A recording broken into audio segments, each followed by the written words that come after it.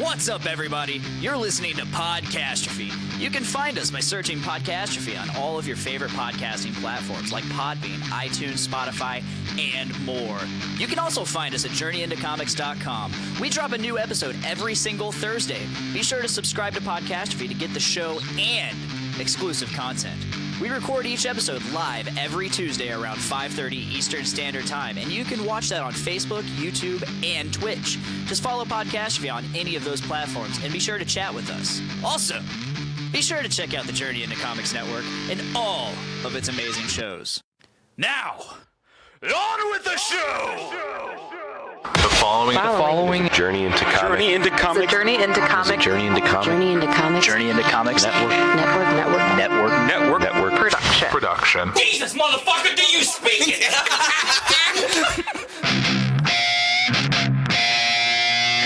Warning, Podcastrophe imminent.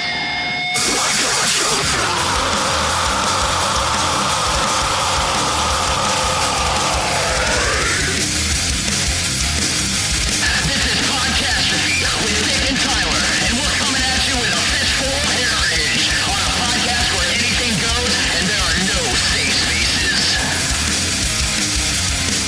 This is Podcastrophe. Like it, love it, ye. What's up, everybody? This is Podcastrophe episode 102. I'm your host, Dick. Clint's triggered. Clint's triggered. Does that include the Game of Thrones podcast or not? No. No. How many have you done so far then? Like 150? I'd say roughly like maybe like a max of 110 to 120. I was going to say like 130. Getting some XP on there. I haven't done too many extra episodes. But I've done some on my own. Yeah, you have. And then you throw in the drunk castrophes. So there's 2 of those. Yeah. Hopefully more. I'd soon. say we're at least 120 That's pretty impressive. total episodes. Just That's religiously every week too. Podcastrophe. I could check real quick. That's awesome. So now you guys know what you're doing. Let's see here. I'm sitting here with my main man Clint. There are 117 episodes on iTunes. So close to 120. Yep. So I berated these guys. I wanted to come back on. Talk about my feelings, my safe spaces. But you guys said there's no safe spaces here, so... Blaine just, detached his I just microphone. detached my microphone. Oh, okay. Go ahead, talk, guys. It's under your desk. Yay. Right in front of your hand. So, Blaine is the self-proclaimed master of technology, and week in, week out, he proves that he is not a master of technology. one day you become the One master. day, yes. He'll have to gain control of all 4 elements and fight with a blind girl and Minuscule an idiot. lightning. Yep. What? Minuscule lightning. Yes. Have you seen Hello from the Magic Tavern for a while? They're still going strong, man. I know they are, but I haven't... Man, I've been cranking through Critical Role because I listen to podcasts all day while I'm at work. And... I don't listen to very many, but I listened to a few mystery murder ones recently. Yeah? And one's called Con Man. It's pretty good. And then there's another one called Cults. Have you seen that one? I've heard of that And they one. go through each cult and go through like how they operate, and it's kind of crazy. What was enjoy that? those. I'm back. Just We're just tap out, Blaine. Just stay where you're at. we're promoting other podcasts other than this one. Well, I mean, that's a good kind of like relaxing way to open the show.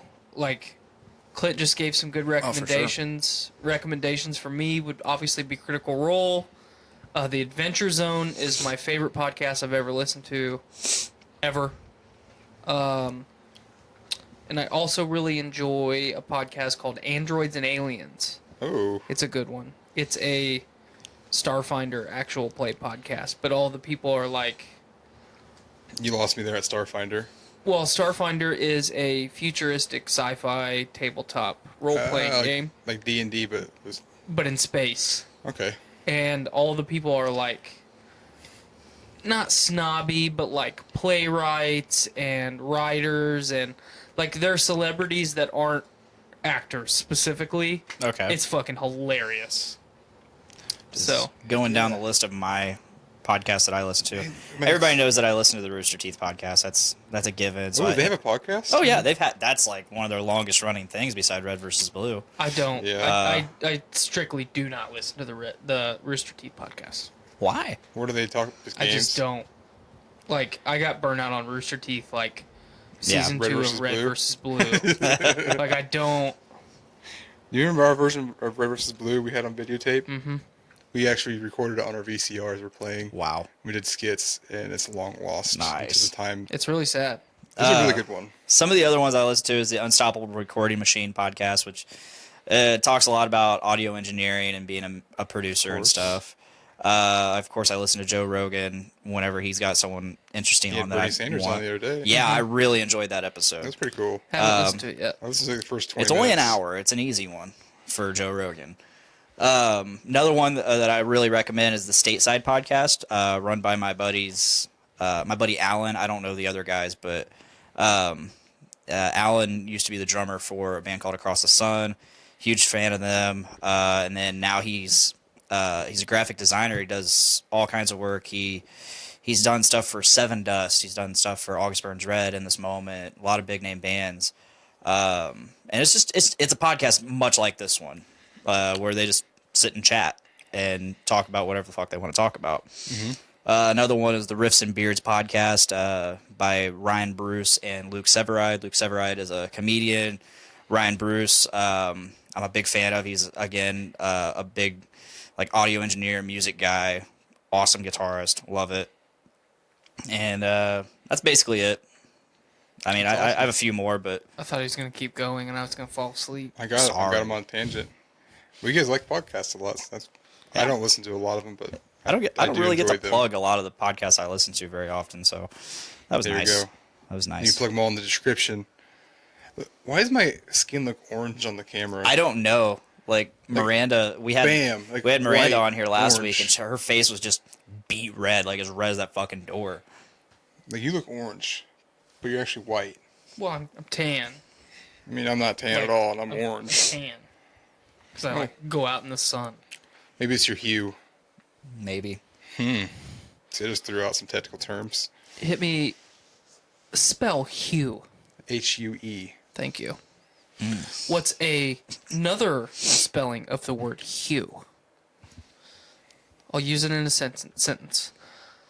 Blaine was hewn in twain. I don't know what you're trying to say. That means someone cut Blaine in half. Okay, so how do you spell that?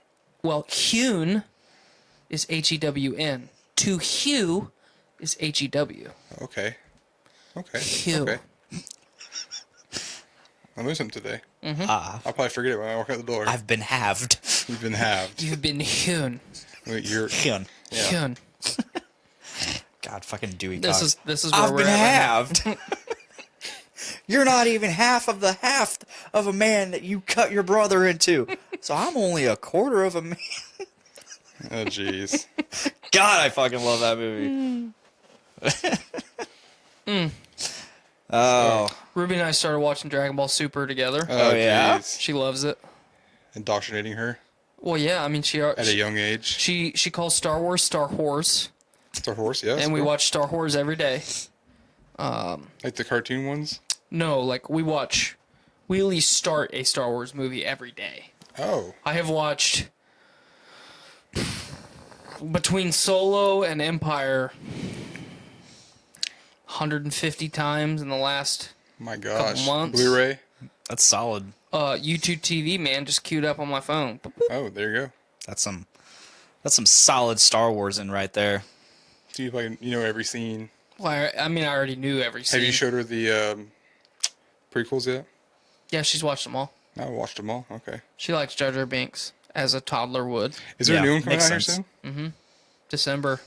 I Episode re- 9. Huh. Hopefully, Daisy Ridley voiced her opinion that she, after episode 9, wants to be done with the Star Wars franchise. Thank you. Don't let the door hit you on the way out. You're an awful actress. I hate you. Is that Ray?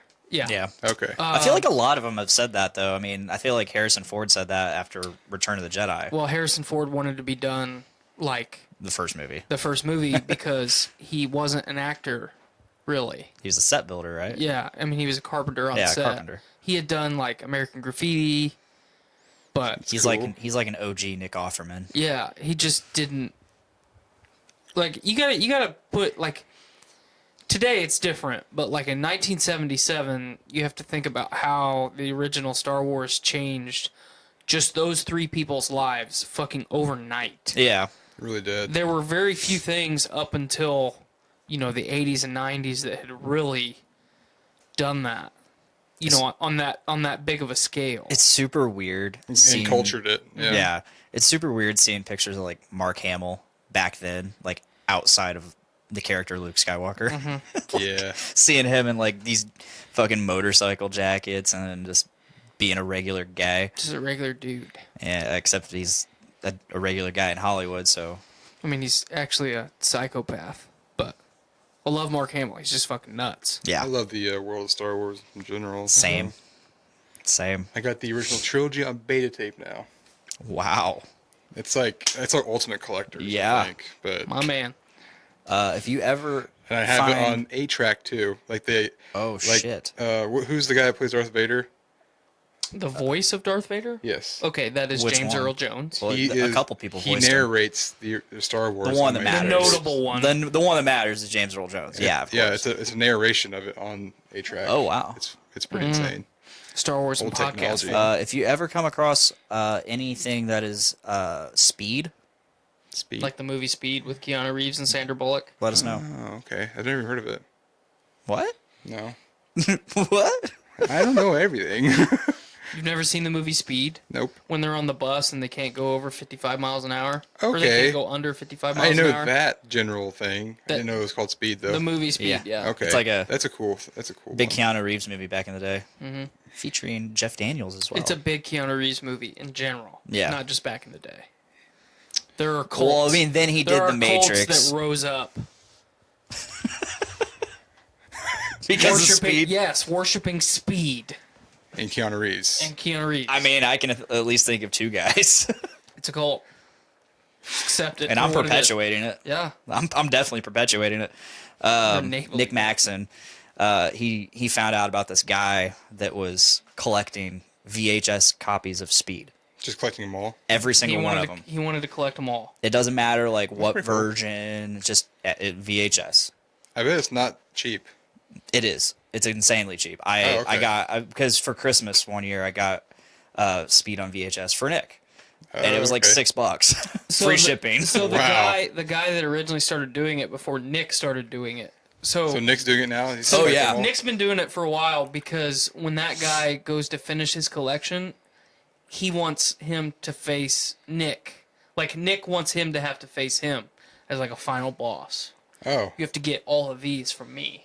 What are you willing to do? maybe I should start going and looking at them for my Goodwills and stuff when I Yeah. go out. There and you go. Thrift. But the guy that originally started it, like if he can't buy a copy for less than a couple dollars, he just steals them. Steals them. Mm-hmm. Okay. For anybody listening terrible. or watching, if you come across any copy of Speed, DVD, Blu-ray, VHS, Brandon Stone bought Nick a copy of Speed on Laserdisc. no, that was me. Okay. Oh, He found it for me Laserdisc. though. Yeah. He found it He for did me the though. legwork. He also found. I can't talk about that. I can't talk about about that it? because that's my next. That's my I next mean, gift to Nick. So I need to look for copies. Maybe. So when did it come out? Like 90s. 94. 94. There yeah. might be a copy in beta because beta's up to like 2002. Oh, more than likely. Wait, Betamax went all the way up to 2002? Yeah, it's crazy, right? I did not know that. Some of the machines I got from that giant collection I just bought are from like early 2000s, and they're very coveted. Like people want them bad, and I have like 10 or 15 different machines like that, and they go for like $700 a piece. It's insane. But I got this giant collection of beta tapes. I'm still going through. It's a nice collection too. How did you acquire So the Betamax I wasn't looking. fucking addiction? I wasn't looking, but I was just I was on Facebook Marketplace, and I was looking for a tool vise. So I wanted to make a I wanted to put it on my giant safe to make like a little work table, and I came across this thing. It just said antique electronics. I'm like, okay. I will always buy antique electronics. I love that shit. And and this guy had passed away, and these people bought the house to flip it in Greenwood, and she was selling it all. This guy had the biggest collection of Betamax. I'd never even seen one out. And if you go back, I buy hundreds of storage units. I go to hundreds of freaking thrift stores. Never seen a Betamax in either one of those things. So I wanted to, buy them. So I went there and bought the entire thing, filled my entire truck full. I have a long bed Ford, and I had tarp in it. I had to tarp it because it was like overflowing the bed. Bought the whole thing for $400, and this guy was collecting everything, and it's insane. I bought the entire collection, and I own the biggest collection of players, and I've got it validated from a lot of different people. I own the biggest collection of Betamax players. In the United States. In the United States. Maybe the world. I don't know. I don't know about Russia and, all that kind of shit, but it's insane. So now I'm selling them one by one and fixing them and having fun. So that's exactly right after I got rid of all my shit. I was like, I'm done buying storage units. I'm done doing this shit because we were actually looking for a house. Like, I'm not moving all this shit with us because this is retarded. I mean, I have, 5 or 6 truckloads of stuff. I was gonna ask what made you decide to stop doing the thrifting thing. And just like looking around one day, I was like, I can't move through my basement or my garage because there's so much crap. Like, I was doing the shimmy, like, in the hoarders. Yeah. Like, yep, this is done. So I was giving it away / selling just truckloads off to other resellers. I'm like, here you go. Come through here, my stuff, and just pick out what you want. I wish I would have hit you up because I'm sure I could have found something in there, like audio wise or anything. I kept like a bunch of my old stuff, like 8-tracks and cassette players and stuff like that, because I can sell it on eBay whenever I want. Oh yeah. Because I really like that old technology, and I got some really cool. When I bought that Betamax player set out from that person, I got some really cool old like beta recorders, like the old like, on the shoulder record a home movie, and these really Fisher Price like recorders that take Type 2 cassette player tape, and they actually record video on them. I think it's an audio tape, and those are fucking cool. And I got 3 of those too. I haven't like went around playing with them yet, but I want to record some shit on there and do all that good stuff. So I got some really cool audio equipment and some really cool Betamax stuff. So hell yeah, it was a steal for $400, and I could not pass it up. Especially some of these players were $700 a piece. Yeah, exactly. Can't beat that. So that's kind of what I've been doing lately. And honestly, I've been playing too much Apex to be even like. I listed like 4 of them online so far. It's it. Remember that time that you played Apex like to the point where like you were worried about your health? Yes. and then I started playing. I mean, look at me. I mean, I'm worried about my health now. And then I started playing Apex with you, and then all at once I just disappeared. Yeah. I play with random people I find on the internet now because all my friends don't play it. Well, I don't play it anymore because. Well, no, I should say all my friends list on like Xbox Live are either on Netflix, Hulu, YouTube, not no actual games. Yeah, so. I had to give Apex a break. 1, I had a lot of stuff in my backlog that I needed to play. Yep. But 2, Andy got tired of it. Yep. And I hate playing when you don't have a full party of people. Yeah, I don't like doing that either. And so. I don't getting randoms in there. Yeah, I fucking hate it. I mean, I love playing video games with Clint and Leo, but Leo doesn't get on until like fucking 10 p.m. Leo's about to have his second child. I know. He told me on Saturday. So I've been playing with Leo a lot because I'm like, well, I might not be playing with Leo a lot more after this. 2 children's. So, yeah, I had to give it a break. I've been playing Assassin's Creed Odyssey. The DLC. Same. I busted into it. The fucking second one is awful. The Atlantis one, dude.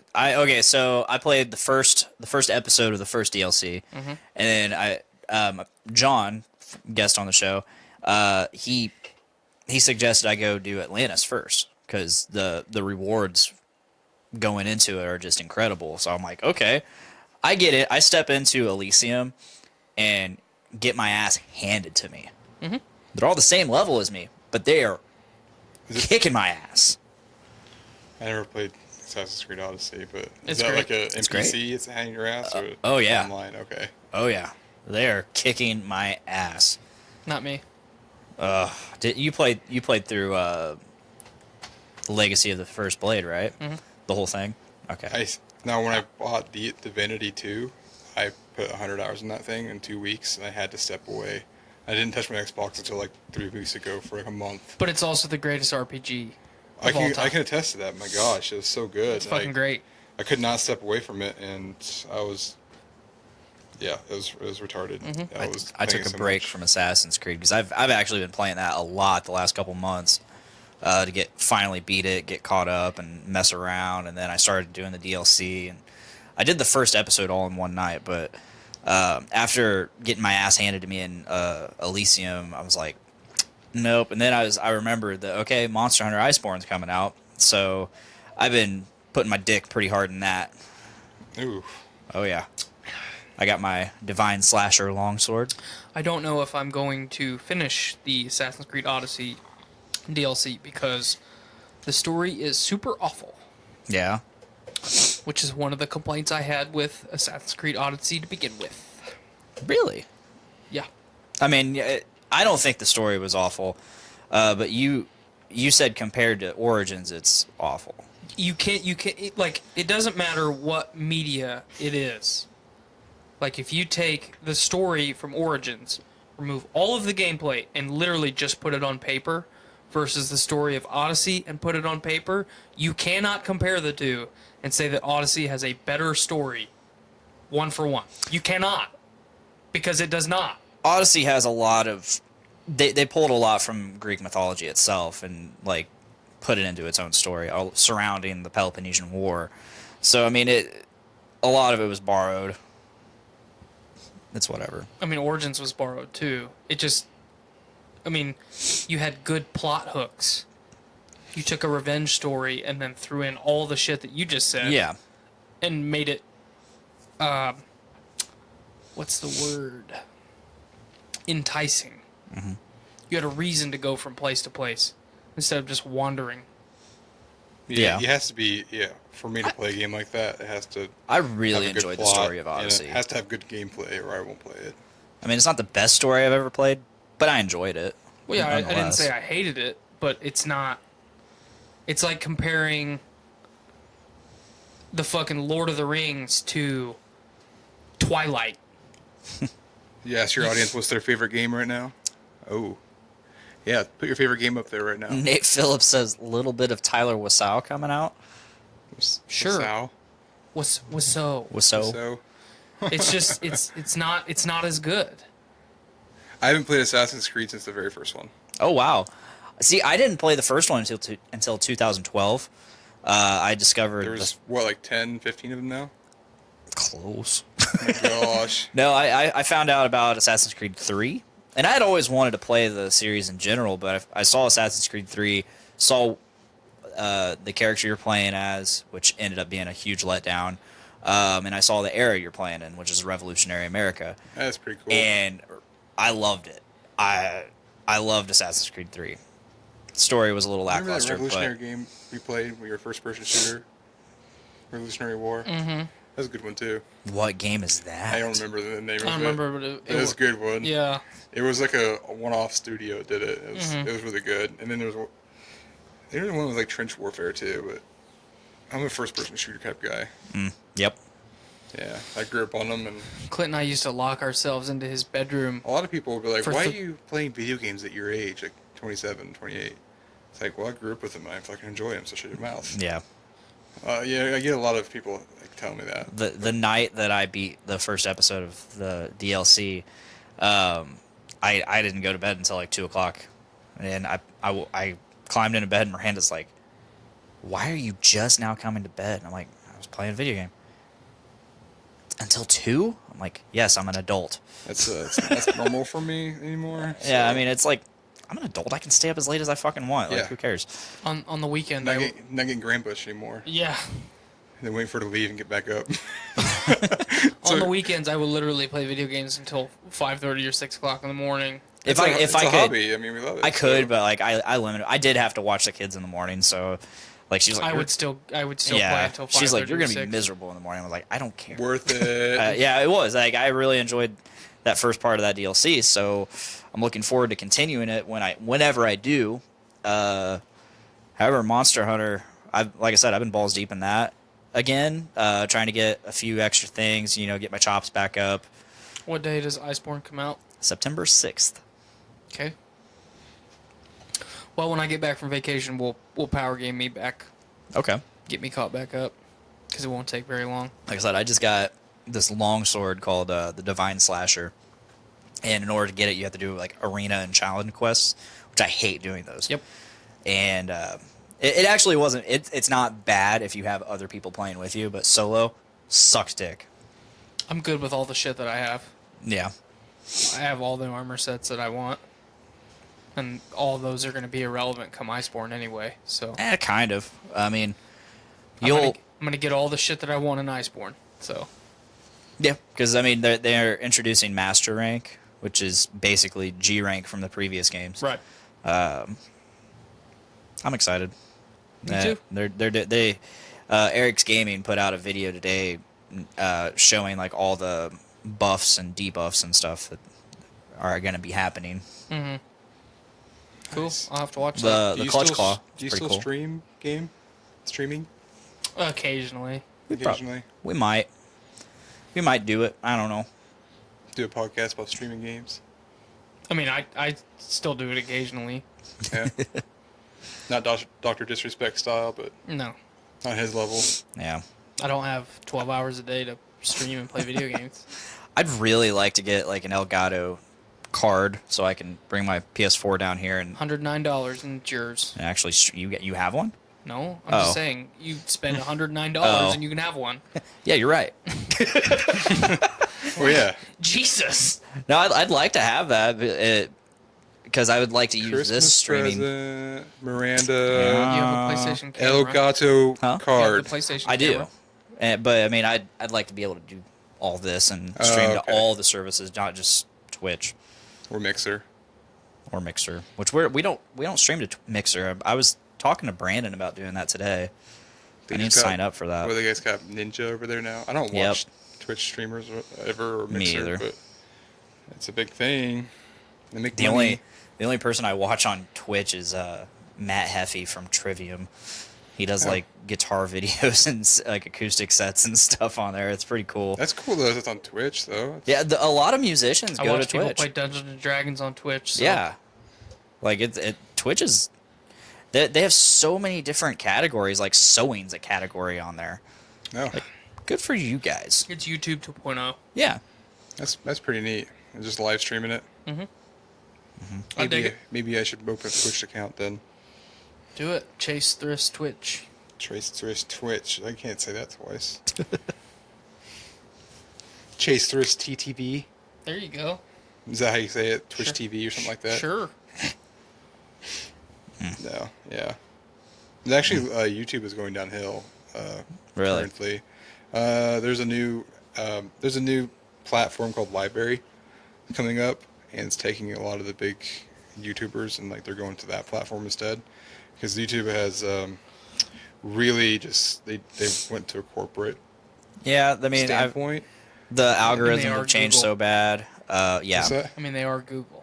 Yeah, I mean, so they're slowly going toward that era of like being TV. I mean, you say you watch TV on there, so Well, yeah, they- I mean, the whole like creative thing about YouTube is kind of dying, and they're just sweeping those guys to the side, like, fuck you guys, we don't care about you anymore, and they're going to like the national television and movies and stuff like that. So, and then every day you get less compensated for what you're doing on there. So obviously people are gonna go different ways, or that's why I always see people like, donate to my Patreon, because they don't Yeah. get enough money at all. For Well, YouTube. yeah. YouTube demonetizes people for cussing now. Or it's been about a year or then two. You have like these people that have farms that will set up and they will like copyright claim all these videos. Mm-hmm. It's ridiculous. So if you put like 20 hours into the video, then it gets copyright claimed, you don't have any choice to just monetize Yeah. it. Dispute it for fair use. Yep, and then usually sometimes you'll just get shafted. Glenn Fricker from Spectre Sound Media, his channel, he's notorious for saying fuck a lot and just yelling constantly. And YouTube started demonetizing him because he used such foul language. I'll say it in my videos too. But... So he started. It's a $1 tier on his Patreon. It's called Spend a Buck, Give a Fuck, and that's allowed him to live solely off of Patreon and fuck YouTube for demonetizing him. Yeah, that's crazy though. I mean, there are videos he still gets monetized for, but yeah, so that's cool. It's insane. Like some of the the biggest YouTube check I've ever gotten was like $600, and that was off of over 1 million views in a month. So you take that, like most people don't get that at all. And my videos have just gone downhill because I don't give a shit anymore. I shouldn't say that, but I religiously would get one out every week, and then I just that's why I got into the trouble I was with storage units. Like, oh, I need to buy a storage unit this week just to get a fucking video just for out. content. Yeah. And then I would never get to the point of selling the stuff and just be in the corner. So I stopped doing that and just kind of release whenever I want. And yeah, people like shit on a schedule. Yep, it's true, and I can't make that. It's unrealistic. That's why I do my best to make this show every Tuesday, at least for the live. You know, so people want to see audio we can get out Thursday regardless. That's easy. It's the live show that I'm truly worried about, and getting this. Well, yeah, the path I chose was just unrealistic for me. Trying to buy a storage unit every week while working 2 other jobs. Yeah, and then trying to sell all that stuff.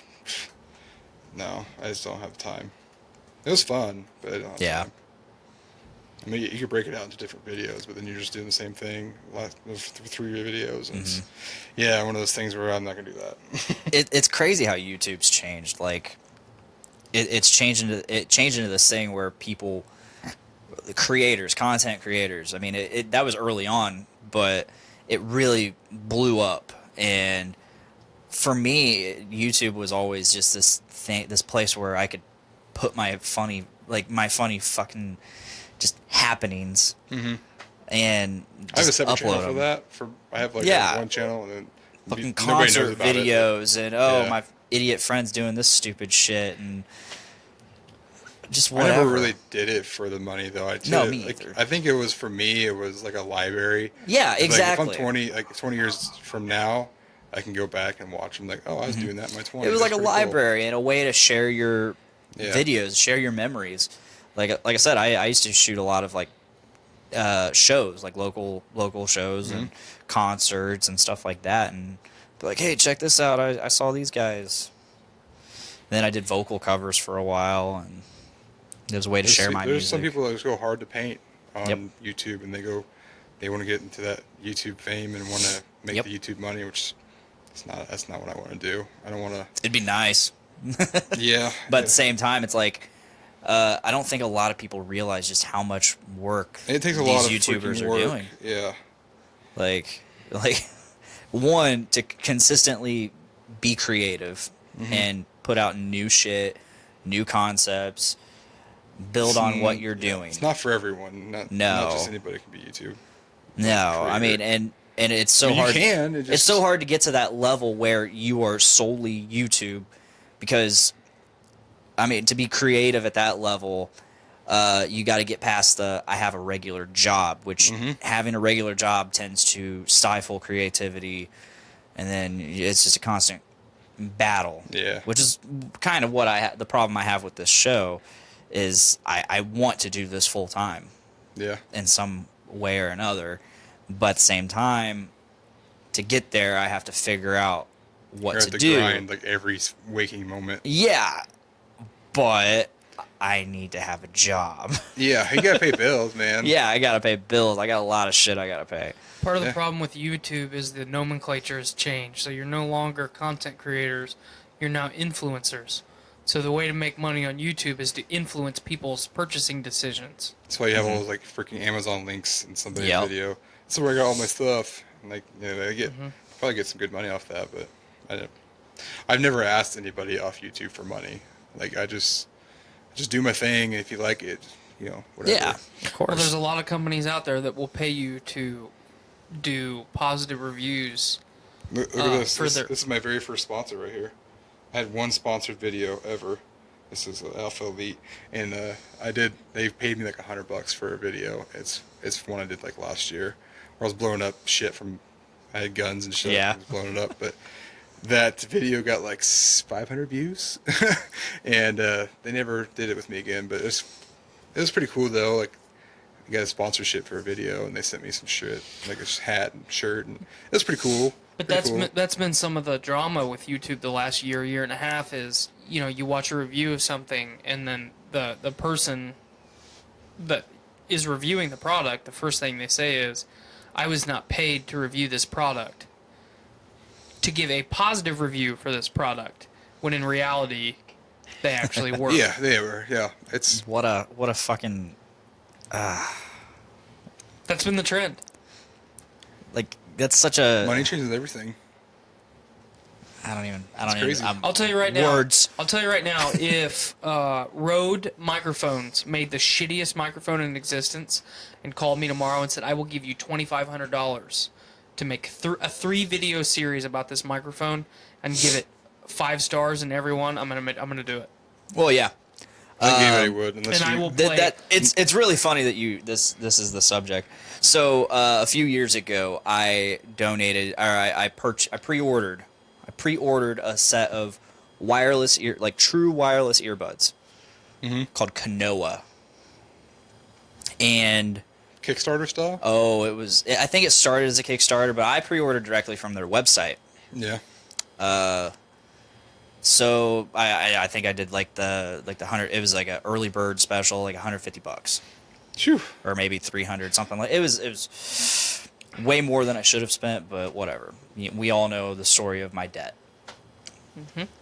So fast forward, it's crunch time. They're like, okay, the cool thing was they were constantly sharing like updates and pictures and videos of like what they were doing and all that. And it's like, all right, well, we're gonna push back because we found a better driver for the headphone. Like it's a better quality thing. We're gonna test it out and we're gonna start putting it into the headphones. Time goes by. They push back to May. May comes. They're like, all right, well, we found this, and then this happened. Come July, all right, we just shipped out our first batch to like the people that are going to be reviewing. So I didn't, unbeknownst to me. So all of a sudden, they're gone. Oh yeah. Some guy on YouTube got a hold of one of these review models, and they worked like shit. They were complete shit. Garbage. Another person got them, and the guy that got the shit model, he was like, he contacted Kanoa. And we're like, hey, I don't know what's going on. I think maybe this might be a bad pair. So if I send this back, will you send me another pair to review, and hopefully. So they did that, and he doesn't know if they just sent him back the same exact pair or the second pair was just complete shit, but it didn't work again. So he said, all right, Make a review on it. and he's like, he did a review on it, but before he sent the review to the company and was like, I'm gonna post this, I just want you to know that. Oh God. And they offered him money to not post it. Oh, I bet. They're yeah. like, we will pay you this much to give a good review, like you were talking about. And he says, fuck that. Instead of posting the review video, he added to the review video and talked about that they were going to offer him money. He says, no, my channel is not. I'm not going to waste the integrity of my channel for $500. If you take somebody's word at face value, you're an idiot anyway. So fuck the integrity. I'll take the money. Oh God. Well, he didn't. Sorry. And because he didn't, and he put out this 20-minute video explaining this whole ordeal and how bad these things were, overnight, the company just ghosted. The guy who owned the company took all the money fucking to an island. Yep, because of that guy posting that video. Yeah. Meanwhile, there's another review video, and they're like, yeah, these things work fine.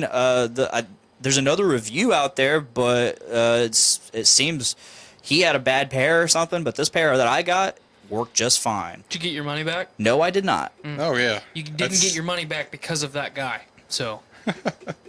Well. Yeah. That happens a lot on Kickstarter though. People start Yeah. shit up and then just like I gone. was part of a class action lawsuit that never went through. Never went through. Never went through. They said they couldn't do it. After a year, they finally told us like, hey, it's not going to happen. The guy is just completely, he's a ghost. Like, I believe and it. the guy had done it, I think 3 times before. Ooh, there's Yeah. a big thing. He had collected over like $300,000 just off of Kanoa alone. Yeah. And then had some shit pair of Yep. just painted over a shit pair. There are people that actually went to the Kanoa offices, and it's just like Nothing. abandoned. Yeah. Just abandoned. That's It's crazy. crazy that they actually shared videos and photos and stuff of like them making the product, and like several of them, several Got to make it hundred of them. believable. Dude, it was nuts how believable it was. I was thinking like that was going to be the ending of your story. Is how they just like they're gone and they took all the money. Yeah, they did. I went to my credit card and I was like, "Hey, so this happened." And they're like, "Well, did you make the purchase within the last 6 months?" I said, "No. It's been over 2 years." That's awful. They're like, "Yeah, there's nothing we The can long do about con it." right there. Yeah, that was. And oh well. So And that's why I don't support Kickstarter projects. I usually don't. I I'm never not have. going to be bamboozled. I support it. The only Kickstarter beside, again, I didn't support that on Kickstarter. I supported that directly on their website. Either way. But the only Kickstarter I've supported, and I think it might have been Indiegogo, but it was a solar freaking roadways. Do you remember that? Yeah. And they actually put it to use in like Missouri. I think it was like Missouri or Arkansas. Yeah. That's the solar man right there. He knows. Yeah. Solar roadways are pretty cool, but Dude, it they're was. expensive. Do you remember that? Yeah. Yeah, dude, like that was it had LEDs in it, and it was supposed to be the roadways of the future. Well, they're probably implementing it somewhere else, just not America. It'd be really cool. You know what's really cool? We're anti anything like that. Yeah, for sure. It was a super cool concept. I mean, I have a degree in alternative energy. Yeah. And you can't really use it here in Indiana, at least. You have to go, a more of a liberal area. And that's such a shame. I mean, I use it like for my main job because my main job is I work for Vectren Gas and I give out rebates. So that's kind of the same, but not really. I guess it's in the greener side of things, but also Vectren is also, a gas company. So, but yeah, natural gas getting pumped out, fracked out of the ground. So you can do what you need to do. And there's solar jobs here, but there's very far and few between. And if you want a solar job, you're getting paid like $12 an hour to start out, and that's Not if you're a union sustainable. electrician. Well, yeah, it's like completely different. Like if you get a degree like what I have, like to go out and find a job, like you have to start from the bottom of like a solar or job. Really, the money is like with wind, and that's kind of, I wouldn't say dying down, but it's being shut down legislation. Like everyone shut it down. It's bad for the environment. Oh yeah. It's bad for the migratory patterns of birds and a lot of noise pollution. There's a whole and apparently causes cancer, wind cancer. Wind cancer gets you. Don't worry. I just don't understand why we don't harness the power of the ocean. Oh, I thought you were going to say the atom. They are. I mean, they're doing everything they can to get energy somewhere, but because, yeah. Do you remember that movie Southland Tales? It was like this really weird, like, futuristic movie. It had Sean William Scott, The Rock, a shit ton of people, and it just followed like all these different people. And one of the big things was it was kind of like a mix between what you just said, harnessing the power of the ocean, and Tesla with wireless fucking energy transmission. Mm-hmm. And they were basically, there's this company that was harnessing the power of the ocean, and they were about to start this sending it out, and it was going to be completely wireless energy for everyone across the globe. And it was nuts. I got lobbied against. I don't know. Lobbyist money will change everything. It was some weird fucking movie. Never heard of it. I haven't watched it Oh, it's since, a movie. Okay. So yeah, I haven't thing. watched it since like I was in high school. So I mean, that was probably my junior. Oil lobbyists will. Yeah. It's probably my junior Got in high enough money, school. they'll do anything. That's what household comes down to. Just like pharmaceutical lobbying. Well, That happens a lot too. I've thrown that statistic around a lot on the show. Every major industry in the world combined does not equal the amount of money that the American pharmaceutical industry lobbies every year. Yeah, Every that's single crazy. industry combined worldwide does not equal the amount of money that the American pharmaceutical company lobbies. Maybe with. I should be a lobbyist for pharmaceutical companies. What? Maybe I should become a lobbyist for them. Jesus, I solve all my money problems. Yeah, I wonder how many lobbyists they got on payroll. That's kind of crazy. probably not enough. Could use a couple more. Well, I'm gonna go job search.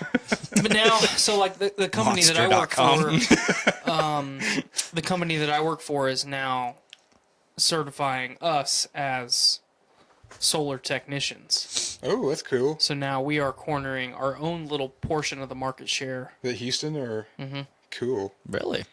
It's awesome. How do you feel about that? Is you cool with that? Well, yeah. They need to do something yeah. in Indiana. I mean, the only thing. The goal of every union is to unionize every industry. Yeah. So if you're a non-union electrician, just speaking from my own experience, You don't get paid shit. my number one goal as an organization, not as a contractor, because the contractors are businesses. The union, the brotherhood, we are there to take work away from you. So you don't take work away from us. Yeah, that's true. Because my work is safer, more lucrative, I get paid more money. Yeah. I have a longer lifespan, better quality of life, blah, blah, blah. Better rights. Well, yeah, I mean, because we fight for them. Yep. We're bargaining employees. We decide what we get paid, not you. And our quality of work is better. So It's true. there's an incentive to the consumer to spend a little bit more money up front to have me do it than to have you do it. Because in all reality, I'm not getting paid $12 an hour to fist fuck myself and pretend I'm an electrician. Yeah. I am an electrician. Throw some wires up and there you go. I can't even pretend to be an electrician. I know, that's why you call me. And I tell got the you, training. you should learn a little bit. And I don't have time. I'm getting ready to go back to college, and I am not excited about it. Yeah. I got Another year coming of up. another year of the teacher not teaching you. No, this year should be way better. That's what we all say. To actually have an instructor. No, I personally know the instructor, Yeah, so it should be that's good. better. I am not the greatest instructor. I'll tell you right now. Do you But show up to class every day? Yes, I do. Okay, do you have a vendetta against your students because they are students? Okay, no. Okay, then you are a better instructor than the one Okay, that I just that's had. weird. I try to, nurture good people. Yeah, But see? Right there. I always, when I start classes, because I started teaching right out of college. So I graduated in December of 2016, and I started teaching in January of 2017. And it was such a weird transition because a lot of the students I was teaching were actually in People that class you with went to me. class with? So it was like it just flip flopped. Like, hey, I'm your teacher now. So it's kind of weird. And then I always start every class with like, hey, I'm not a 60-year-old man that usually is here that has 40 years experience. I am just, I'm basically your age, or I'm actually usually a lot younger by 20 years by some of the students I have. So, hey, I don't know everything, so we're just going to go through this. And it's a class. It's usually a class I don't never take. I've never taken. I don't know this class. I don't know everything, and we're just going to do it together. So I just try to stay a chapter ahead of them, and usually time that. So you don't teach the same class every time, or they just kind of like whatever. Like Ivy Tech works like where I'm a 1099 contractor for Ivy Tech. That's what an adjunct is. But I teach full classes still. But since they can get away with 1099, but it's still a good pay. They just give me whatever's available, whatever the chairman or the regular full-time professors will teach, or they have extra classes, and so I usually just end up getting random classes. So really? And I went through and all the random classes I've taught, I could actually get 2 more degrees, but they don't count. Yeah, I think you shared somple about So that. I graduated with alternative energy, but I've been teaching a lot of industrial technology, like robotics, automation, fluid power. I just did electrical wiring systems, which I taught basically electricians how to wire through conduit and wire up boxes and stuff, which I've never done. Let me tell you, I've never done that. So I had to learn myself before I taught them, which was it was a little bit on edge because it's like having a non-electrician try to teach electricity. And I know electricity, I just don't know industrial electricity. Like when you get the 208 and the huge voltages. So you're talking 3-phase stuff. Yeah, and I've never done that, and I just try to stay a chapter ahead, and it was kind of weird. Because just a fun fact, you could die from that stuff. Your like, panel, easily. well, a quarter of an amp will kill you. Yeah. So the higher the voltage, the lower the amperage. The lower the voltage, the higher the amperage. Yep. So quarter of an amp will kill you. Your panel over there on the wall is single phase alternating current. In reality, it's 2 phases. It's 2 phases, but the industry calls it single phase. So it's A phase, B phase. In America, in the United States, North America, Canada, and then parts of South America, alternating current is 60 hertz maximum. Mm-hmm. So 60 times a second, it's hitting 120 volts, 0. 120 volts, 0. It's called a waveform. Mm-hmm. Or it's a waveform. Just like that, except electricity. So when Is that why it's called alternating? Well, it's called alternating current because it's not power. It's not DC. It's not direct. Yeah, it's not.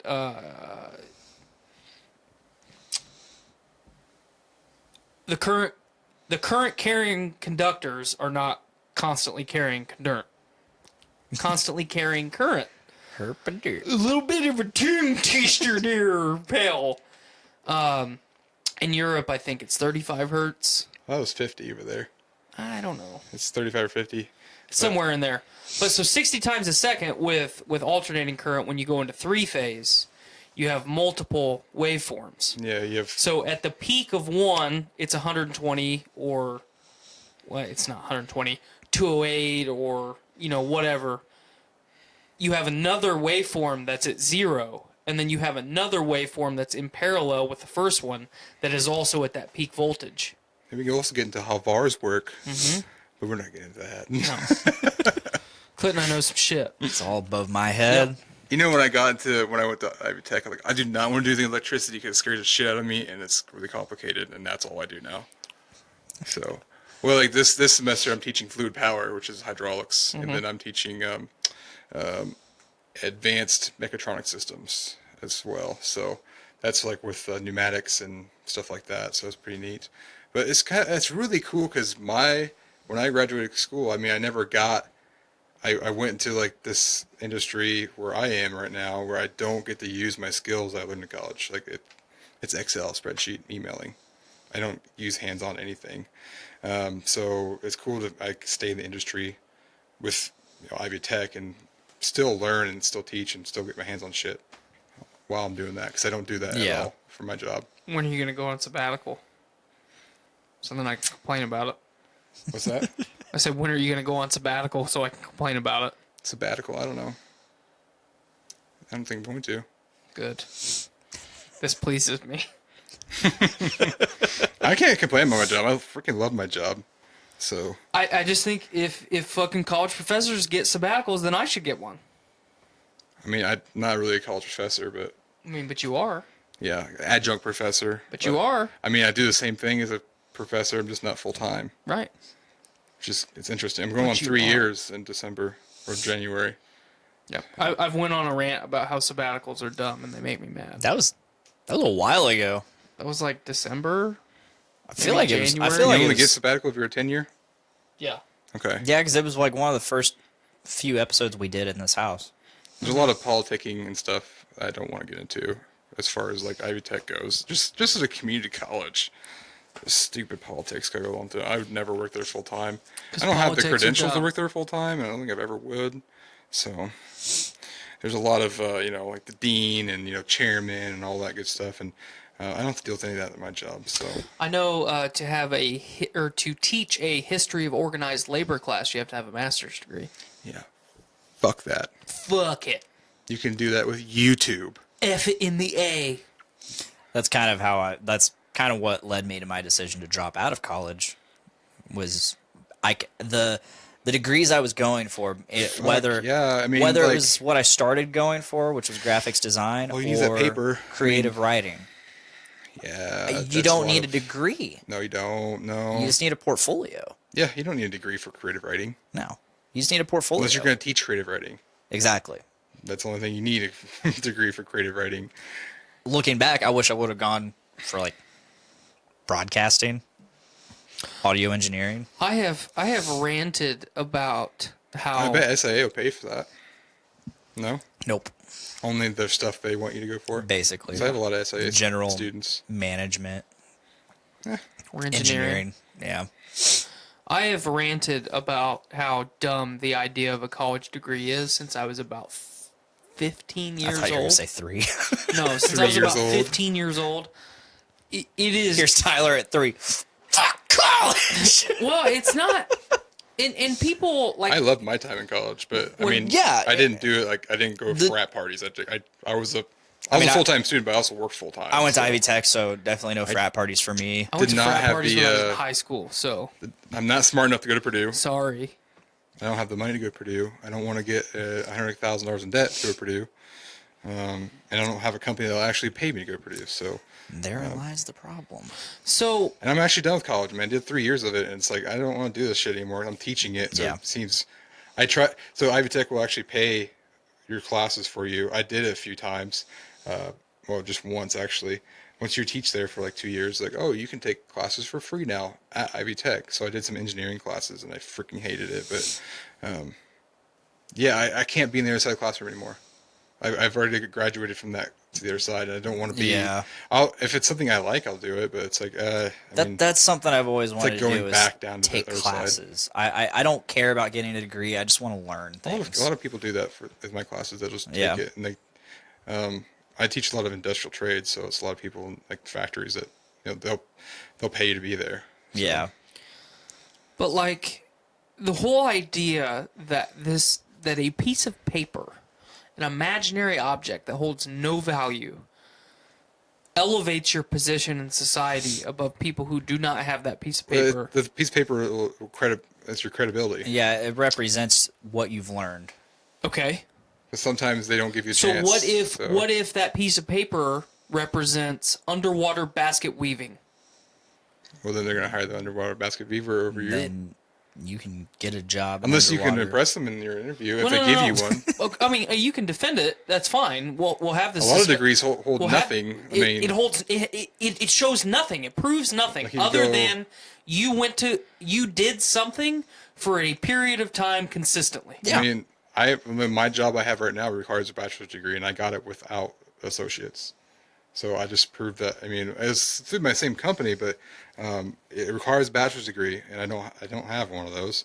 And I didn't have an associates, but I was really good at my job, and I applied for the promotion. I got it, and the job I had beforehand required a associate's degree. So I usually say that it's not a huge barrier you can overcome, but unless there's a popular job that like 50 or 60 people are applying for, they're usually going to look for a degree or look for relevant experience anymore nowadays. I mean, relevant experience will pretty much trump a degree nowadays. That makes sense. That's how it should be. Unless Yeah. it's a master's degree in creative writing, and you're doing something If creative. you got writing, if you got a master's degree in creative writing, you're in debt. like one, you're in debt.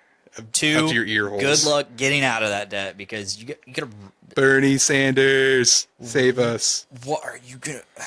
How are you gonna get How are you gonna get a paying job with creative writing? I mean, the best thing you can do is journalism. That's journalism, which is all fucked nowadays. Write a so. fucking best-selling novel. To add No, a- by to- the not one, like 12. To add a little bit to my exposition, the idea that having a degree elevating you above someone who doesn't have a degree is inherently wrong, because the person who doesn't have the degree might actually be more educated on the subject than you, just doesn't have the piece of paper to show Yeah. anyone else. Like, hey, I got a degree. Hey, I got a degree. I'm about to have a degree, and I could give two fucks about it because it doesn't mean anything. Because I have a skill, Yeah. not a piece of paper, not an imaginary object. Well, that piece of paper is supposed to represent your knowledge of a skill. It's an imaginary object. It is. And, you know, the idea behind it is that whoever got the degree supposedly put in the time, put in the effort, gained the knowledge. Okay. But So that's not always the case. I've used this kind of a fun little phrase on the show before. If you and I are in medical school and we both graduate, but I graduate top of the class and you do just enough to skate by. Well, that's what I was just saying. That's both just doctors. That's what I just bullshit. said. Yeah. There are people who can just skate by, and there are people that actually put in the time. But and because effort. you have that piece of paper, you're more important to society than I am. Well, to be honest, I wouldn't let somebody operate on me if they didn't have a medical degree of any kind. No, I'm not saying that you shouldn't have. I've been doing this in my basement for a while. You shouldn't have the training. Yeah. But because you're a doctor does not make you more important to society than me. Or you. Yeah. It doesn't. And just because you did enough to skate by in medical school realistically means that you're a piece of shit because you don't really care about what you're doing. But because you have that medical degree to then do your residency and your internship and all that bullshit. That's really hard nowadays, though, to be honest. No, it is. I don't think anybody can just skate by with that. You'd be surprised. I mean, it Go takes to any incredible doctor in amount of Lafayette, work. and then you'll see what I'm talking about. But Fairfield doctor, I remember that guy. yeah. He graduated bottom of the class. So it's just it's frustrating because of the culture that we have It's been indoctrinated since the 50s. for education. Since the 50s, it's been indoctrinated. It's just dumb. Yeah, well, that's how they want you to perceive You're society. only a valuable member of society if you have a college degree. But you can't get a job with that college degree that you have, and now you're a shit lot ton of of debt. that's So now we changed. can control you. Like the last 5 to 10 years, I think people are becoming a lot more woke in the I think it is subject. changing a little bit, I mean, depending on the job. yeah, and what like a you're lot applying more for. people are like, I don't need a college degree for this, or I don't need a college degree. I'll just go work. And then the people that are getting into the upper management nowadays, or are us, and they will see that and they'll be like, well, yeah. I mean, if you can plead your case, but yeah, I've worked in this industry for 15 years. I just didn't go to college. They'll give you a break sometimes, but Yeah, I mean, if I was looking at if two resumes were next to me, and a guy had 8 years of master's degree in some certain thing I'm hiring for, and the other guy had 15 years experience, I'd probably try to go with the guy with 15 years experience, depending on how the interview went. But it's just weird how it all works out now. The whole interview process is bullshit too. Well, you need that though. Like, you just can't hire somebody based off their credentials. You gotta Right. know who they are. Right, but you can't hire someone based just on their social interaction either. Well, that's true, but you have to. Both sides of the vet coin, people my out. man. It's both sides You of the have coin. to vet your applicants out somehow. Mm-hmm. And I mean, there's companies that will do weird things like a workshop and see how you work with people and stuff like that, and see your skills. But The point that I'm trying to make is that I think SAA does that still, doesn't they? They have like this huge thing you have to go through, to see if you're. I could not tell you. I could tell you what I went through. I can tell you that they don't do what I went through anymore. Then they have this line you have to go on and assemble something, or you have a set of nuts and bolts. You have to put them in something. out of really the three fast. people in the room, I'm the last one to go through it. So I mean, I could accurately. What they do? So That was 2 years ago. yeah, That was an entry level position though, right? It wasn't a Yeah. highly skilled job. Associate. Yeah. CTI So they temporary just associate. didn't want a complete idiot being in there, pretty much, right? So what I went through a written test, which was just watching a bunch of videos. I slept through all mine and still passed Yeah, dude, it's just because I common. did it. It's just the com- one that that you part's went through, I common went sense. through too. And then there's math and reading comprehension stuff, and it's not about exactly getting the right answer. You don't need to spend a lot of time because all the answers are right in front of you. Mm-hmm. It's just a matter of taking what they give you and the answer and figuring out which one's the answer. So it's all comprehension. So that's the written part. Next, and if you pass that part, which you do, and that's mostly just a gauging where you're going to be placed type test. I did the same thing kind of for Fairfield a little bit. Well, then they have a physical test. There's 2 of them. Oh, we never did that. Huh? We never did that. Okay. Well, the first one is a weight test. You have several different sizes of weights and a grid and a piece of paper or a binder that has instructions, 1 instruction per page. The instruction says, hey, put this colored weight in this location on the grid. You have to exhibit proper lifting technique and following instructions. Makes It's sense. cake. It's absolute cake. They give you an hour to do it. You usually finish half hour to 45 minutes in. Okay. Second test, it's a door simulation test. You have several bolts and wiring connections, and you gotta make every connection that the page tells you, and then mark which connections you didn't make. There are, I think, 6 sets. If you didn't make at least 5 of those sets, you did not pass. So you're just out completely of the whole process? Yes. Okay. And you have an hour to do that. I finished my hour. I was literally turning my page to the last set when the hour was up. Oh. Yeah. So you didn't make it? I did make it. I mean, I'm did. still there. Okay. Going on 8 years now. Yep, I did that and then Almost got your turned it down. tenure. Did they say, hey? But the most recent one is it's basically like high school. You go to class for a couple days, and then you tour each department of the facility, and then in each of those facilities, you do a little bit of hands-on training. So, in trim shop, you got to shoot bolts. In engine shop, you don't do anything. In paint shop, you shoot sealer. Or sand a lot of stuff. Well, we didn't sand anything. We just shot sealer. Well, I mean, not us, but like throughout the rest of the paint shop. Well, no, I'm just talking about what you go through as the applicant. Oh, okay. And then stamping, you just watch, basically. Huh. So, and then you gotta take some tests, and you basically take a test in each area to see if you qualify for that area or not.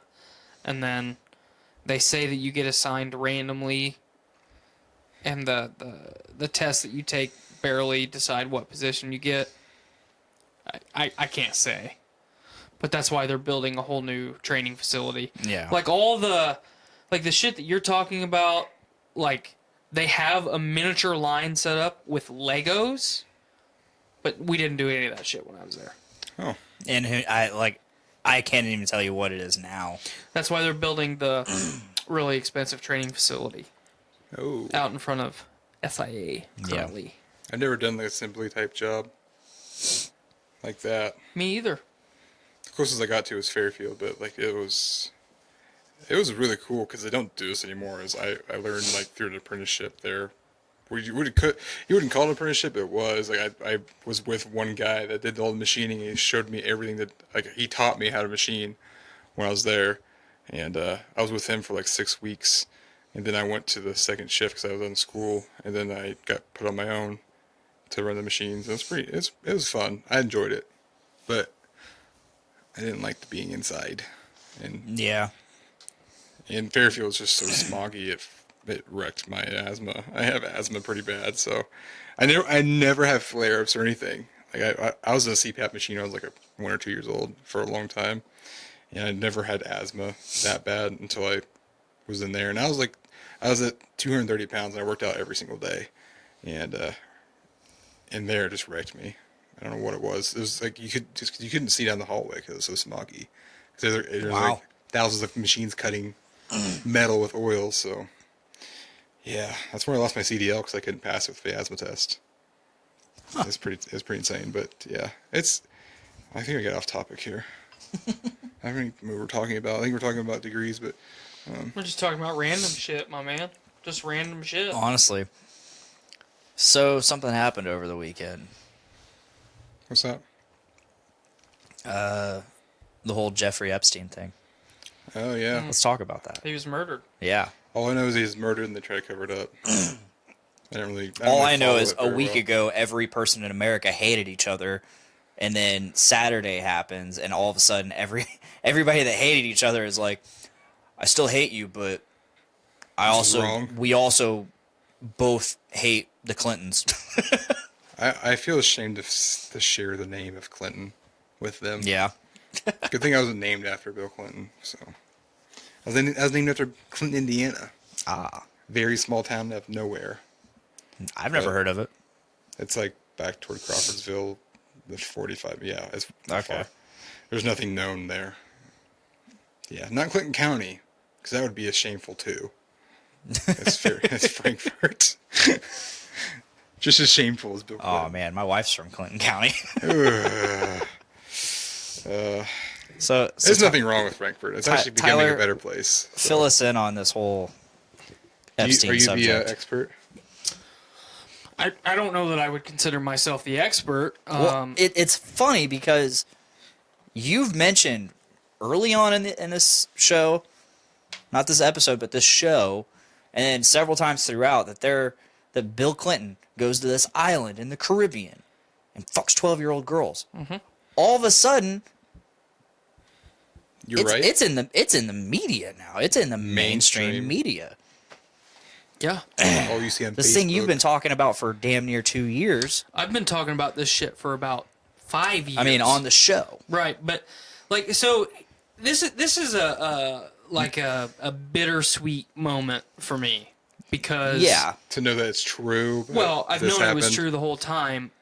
What's really sad is it's fucked up because, like, I've talked about this on the internet here lately, like when Epstein was arrested, and you know, should change the name to Epstein in this episode. I've had people comment and say stuff like, on one of Nick Maxon's posts here recently, I commented something. You know, it's really sad that people like myself have been talking about this shit for years, and there are still citizens defending these politicians that are constantly doing vile and evil shit. Oh yeah. You should never, ever in your fucking lifetime defend a politician. I don't defend any politicians. You should not. No one should. I don't give a shit. They do not give a fuck about you. And if you have kids, they'll fuck them, apparently. Oh my god. Holy shit. So the problem is, a good example, this individual that I don't know replies to one of my comments on Nick's post and says, "Hey, this guy's fucking jealous that Epstein didn't pick him." Oh my god. What the fuck? And I said, that's messed up. And I said, what a fucking dumb statement. Do you remember the name? I'll just pull it up. I can think of maybe a few people that would say some dumb shit like that. I get fucking being a troll. Like, I get it. Yeah. It's fun. It's hilarious. I remember 2010. It's fucking great. It's great. Let me get some raisin face and some fucking... let me log into Meme Base real quick and I'll retort with something hilarious. Yeah. But, like... That's just a fucked up statement. All you people, all you motherfuckers out there that said Alex Jones is nuts... The motherfucker's not nuts. He still is fucking nuts. He's still He nuts. still is nuts. I mean, but he's not wrong. he straight up said, "I'm kind of retarded." But he's not wrong. He's just a little over the edge. But Yeah, I mean, he's playing a character. That's what he does. Yeah, and they shut him down. So, basically, Hillary Clinton... let's just go through the laundry list of stuff real quick. The big three. We're probably going to get a hit placed on us. That's fine. This second. Come and take it. There's a Gadsden flag hanging in my house. Come and get me. Fucking heritage. But anyway, so let's start with Hillary, or Killary, if you will. Hillary. She knowingly abandoned American citizens in a foreign nation and let them die, and then just no big deal. That's a problem. So just so you know, you're totally unbiased between Republican and Democrat right now. You're just saying the facts. Yes. Okay. Yep. I like that. I don't like being on one side of the fence. Just stating the facts. Of what happened. I am I lean more conservative for certain things. I lean heavily liberal for a lot of things. That's kind of how I feel too. Political wise, I envision myself as true neutral because I want all politicians to die.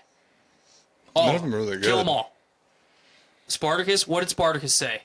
Kill them all. Kill them all. Kill them all. He did, didn't they? Yep. I have Spartacus on beta. No, The original Spartacus. Oh, okay. I was gonna say, you're telling me right now that you have a copy of fucking Andy Whitfield's Glorious Buns on beta tape. What I have the original movie is based off of. Yes. Okay. Thank you. 2 copies. So, she abandoned American citizens. They died. Blah blah blah. A fucking politician died over there. You would think that would be enough cause to say, hey, we should probably send them a little bit of support so they don't all die. Nope, not enough. Benghazi. Yeah, that's what I'm referencing. I never really looked at Benghazi that much, but I know that it was her that did that, Her basically? and Obama both. Okay. So... Collusion. Yeah, collusion. Collusion. She also, is in... She just looks evil. What's the word? When someone, if I know that you murdered somebody, but I don't assist you in it, what's the fucking word? Anyway. You're part of it somehow? Yeah, I'm part of it. So she knows that fucking old Bill. Conspiracy. No, it's not that. Oh, well, yeah, okay. It's She's basically A conspiracy. cohort of some kind. Yeah. To fucking numerous sex crimes. There is a word, I can't think of it either. Yeah. You know what I'm talking about, yeah. but I just, the word is escaping me. Conspirer? No. I But, can't Co-conspirator. remember. it starts with a fucking C, I know that. I don't think it's conspirator, though. Anyway. Cunt. Yes, she is a cunt. So she sabotages her own election. The Democratic Party made the biggest mistake of the entire history of the Democratic Party by nominating her as the fucking Democratic nominee. You don't pick fucking Hillary Clinton because she murders people on her own staff. Okay. I mean, how many people from the whole Whitewater scandal fucking died? A couple. Yeah. I don't remember their names off the top of my head, which is sad. They probably didn't take the money. But then, thank you. Just saying. But then for years, old Bill is getting on fucking Epstein's jets, getting sucked by an underage girl on his way to the fucking Caribbean, getting off the jet, going to these fucking sex, getaways with teenage girls because they're not American. Have you seen the island? Have you seen the pictures of the island? I don't even know the And backstory of the Epstein. sanctuary. Yeah. I don't even know that. I don't know anything about it. Pull it up for Clint, at least. there- You don't so there necessarily was have an to show it for island? the live stream. So Epstein was one of the sex traffickers, though, right? Absolutely. Or So- at least an accomplice to Okay. it. That's the word, accomplice. That's what I was trying to think of. Wow. We did Anyways. it. We did it together as a team. Yes. So he was an accomplice that was murdered off. So Clinton has been doing this for years, and just to my knowledge, the last 7 or 8 years. Oh, Island Temple. Yeah. It's the temple. Where's it at? It's in the Caribbean. I'm pretty sure it's St. in the- James Island. Yeah, it's the Virgin Islands. Little St. James Island. Yep. Isn't Virgin Islands technically United States? Part of it is. Okay. It's a city-state. This is thecut.com, what we know about Jeffrey Epstein's pedophile island. More than 2 decades ago, Little St. James Island, a small part of the U.S. Virgin Islands, began to change in ways that the locals on neighboring islands regarded with suspicion. Plants were cleared, poles bearing American flags went up, security guards lined the beaches. These transformations, according to Associated Press, happened when the island was bought by accused child sex trafficker Jeffrey Epstein, who was found dead by apparent suicide in his prison cell on August 10th. The island has, over the years, gained a handful of sinister nicknames: Orgy Island, Pedophile Island, and Island of Sin. Okay, can I pause you for a second? Nickname Little St. Jeff's. Okay. An island does not get those fucking nicknames for no reason. I don't think so. If Bill Clinton Nope. if Bill Clinton is totally innocent of this, okay, let's just play devil's advocate for a second and say that he is. There are foreign dignitaries, fucking foreign royalty, our own politicians, celebrities. People are going to this fucking island and having sex with children. That's kind of messed up. And we, as an American people, continue to suckle from their fucking teat and defend them. And it is fucking sickening. And pay them money for their campaigns. Yeah! There were photos of topless women everywhere, contractor Steve Scully told ABC News, on his desk, in his office, in his bedroom. He's next. There's also what appears to be a mysterious blue-striped temple, according to Insider, which investigated the structure. It previously featured a gold dome that flew off in 2017 when the hurricanes Irma and Maria devastated the region. While the purpose of the temple is unknown, one possibility is that it had served as a place for the classically trained Epstein to practice piano. Workers described it as a music room with acoustic walls and a grand piano inside. What did Epstein do to be able to afford an island? What was his thing? That was where he lived. How did he afford an island? He's a finance. He's like some kind of financer, like campaign financer or something. Oh, okay.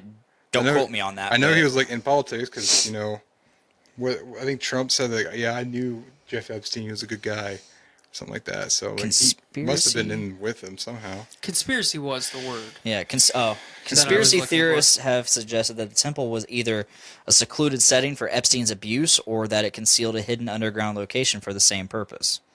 Dun, dun, dun, dun. Okay, James Both, a so contractor. why, as the U.S., have we not gone over there just to see for ourselves? Currently, it's being investigated, which just means it's being wiped the fuck clean. Yep. I'm sure it has been, how long was he in jail for? Back in 2008, he took a plea deal, which marked him as a registered sex offender, but he only served 13 months, in which he only had to go to jail at night. Mm-hmm. Oh, because he's a politician. Yeah, of course. That's awesome. And then he went back to his island afterward. Yep. Yep. So. And as the politicians and upper people in America, they're just like, this is okay. They didn't go and try to raid the island beforehand, even after they. No, because they can go and fuck little girls there. Yes, or little boys. Or boys. So or fucking animals. It's really messed up that nothing's ever happened there until just now. When it's something. Well, what's the most recent thing? Why was he in jail this time? What's the deal? How did he end up there again? I'm out of the loop. I don't remember, to be honest with you. Because he was in jail, and then all of a sudden he's on suicide watch, and then 24 hours before his suicide, he is taken off of suicide watch mysteriously. He wasn't taken off. No, he was. No, he was not. Was he about to testify against the Clintons? Yes, okay. He was about to testify in general. Okay, so he was on suicide watch, murdered while on suicide watch. I saw that he was taken off of suicide watch just out of the blue 24 hours before his death. Mm. Well, you read a write-up from somebody that... Okay. Well, either way, he's fucking dead. That he was taken off of suicide watch. Either way, he was supposed to testify, and he's fucking dead. Yep. So all that information's gone now. Which happens quite a bit in the Democratic Party. Especially when the Clintons are involved. Or the Republican Party happens quite a bit, too. It happens a lot in politics. And politics in general. Man. So the problem... that's the easiest way to shut someone up. Look back in ancient Rome times. Fucking kids is a problem. And obviously, that goes without saying. But all these people that you worship, and I'm talking to the American people here, you worship as gods. These are politicians, are fucking little kids. They promise you the world. And you're okay with it. They are fucking little kids, and you are their slaves, and people just regular fucking people like myself say, hey, Bill Clinton fucks people, or fucks little kids. And the American people's response is, no, we love Bill Clinton. He's a good guy. He just likes PJs in the Oval Office. Leave him alone. And saxophone. He's fucking little kids. He's been fucking little kids since he was fucking little kids in Arkansas. Was he accused of that? I don't know, but he's from Arkansas. And if he's fucking little kids now, he was fucking them then. Because you're not fucking Hillary Clinton. That's probably why he's fucking little kids. Probably why she's Look insane. at that thing! She's probably fucking little boys. Yeah. Or little animals. Baby goats. Okay, that's too far. I don't think she's fucking anything. Why? You don't think she's fucking a baby goat? I don't think anything wants to fuck her. I don't think it has a choice. I mean, you're not wrong. Probably doesn't have a choice. Fuck or die. She's fucking them, and then they're dying like praying mantises. This has got off topic. She eats them. No, it's very on topic, Clint. It's just, it's... This is where we go. Man, I gotta... This is where it gets so frustrating for me, because it's like... So this is where we're united against this one front now? But we're not! We never because will be. The politicians, the people in control, are still playing the puppet game. Yeah, they always have. If they did not want us to know that Jeffrey Epstein was murdered or committed suicide, we would not know about it. I know. That's what I'm saying. They would not know about this if someone didn't say something. Someone has an agenda somewhere and is letting this play out in a very particular way, and it's only going to play out a very particular way. And as long as we have the government that we have, it will continue to play out that way. We do not have control. You do not have control over your life. You do not. And you will not.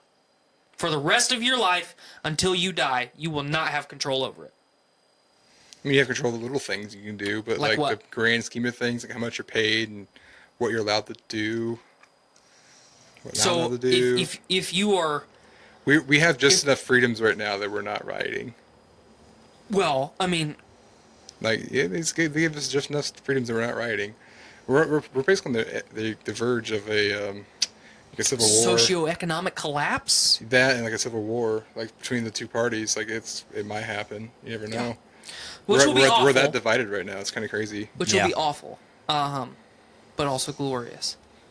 Also glorious. It will. Like Dwight Schrute, we need another civil war. Or no, we need another war. Or plague. He says plague, doesn't he? Okay. Let me go through, like, you've heard of Maslow's hierarchy of needs? Yeah. No. Okay. You have. I'm 100% positive. Oh, yeah. Okay. You just don't recognize the Maslow part.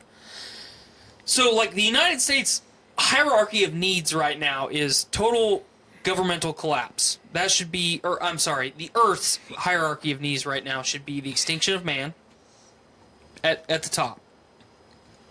Number 2, total and complete collapse of the United States government at number 2. Number 3, unification of people in the world. Because you can't get to number 3 unless 1 or 2 happen. If 1 is starting to happen, everyone's going to come together and then try and fight it, and then we're all going to go extinct.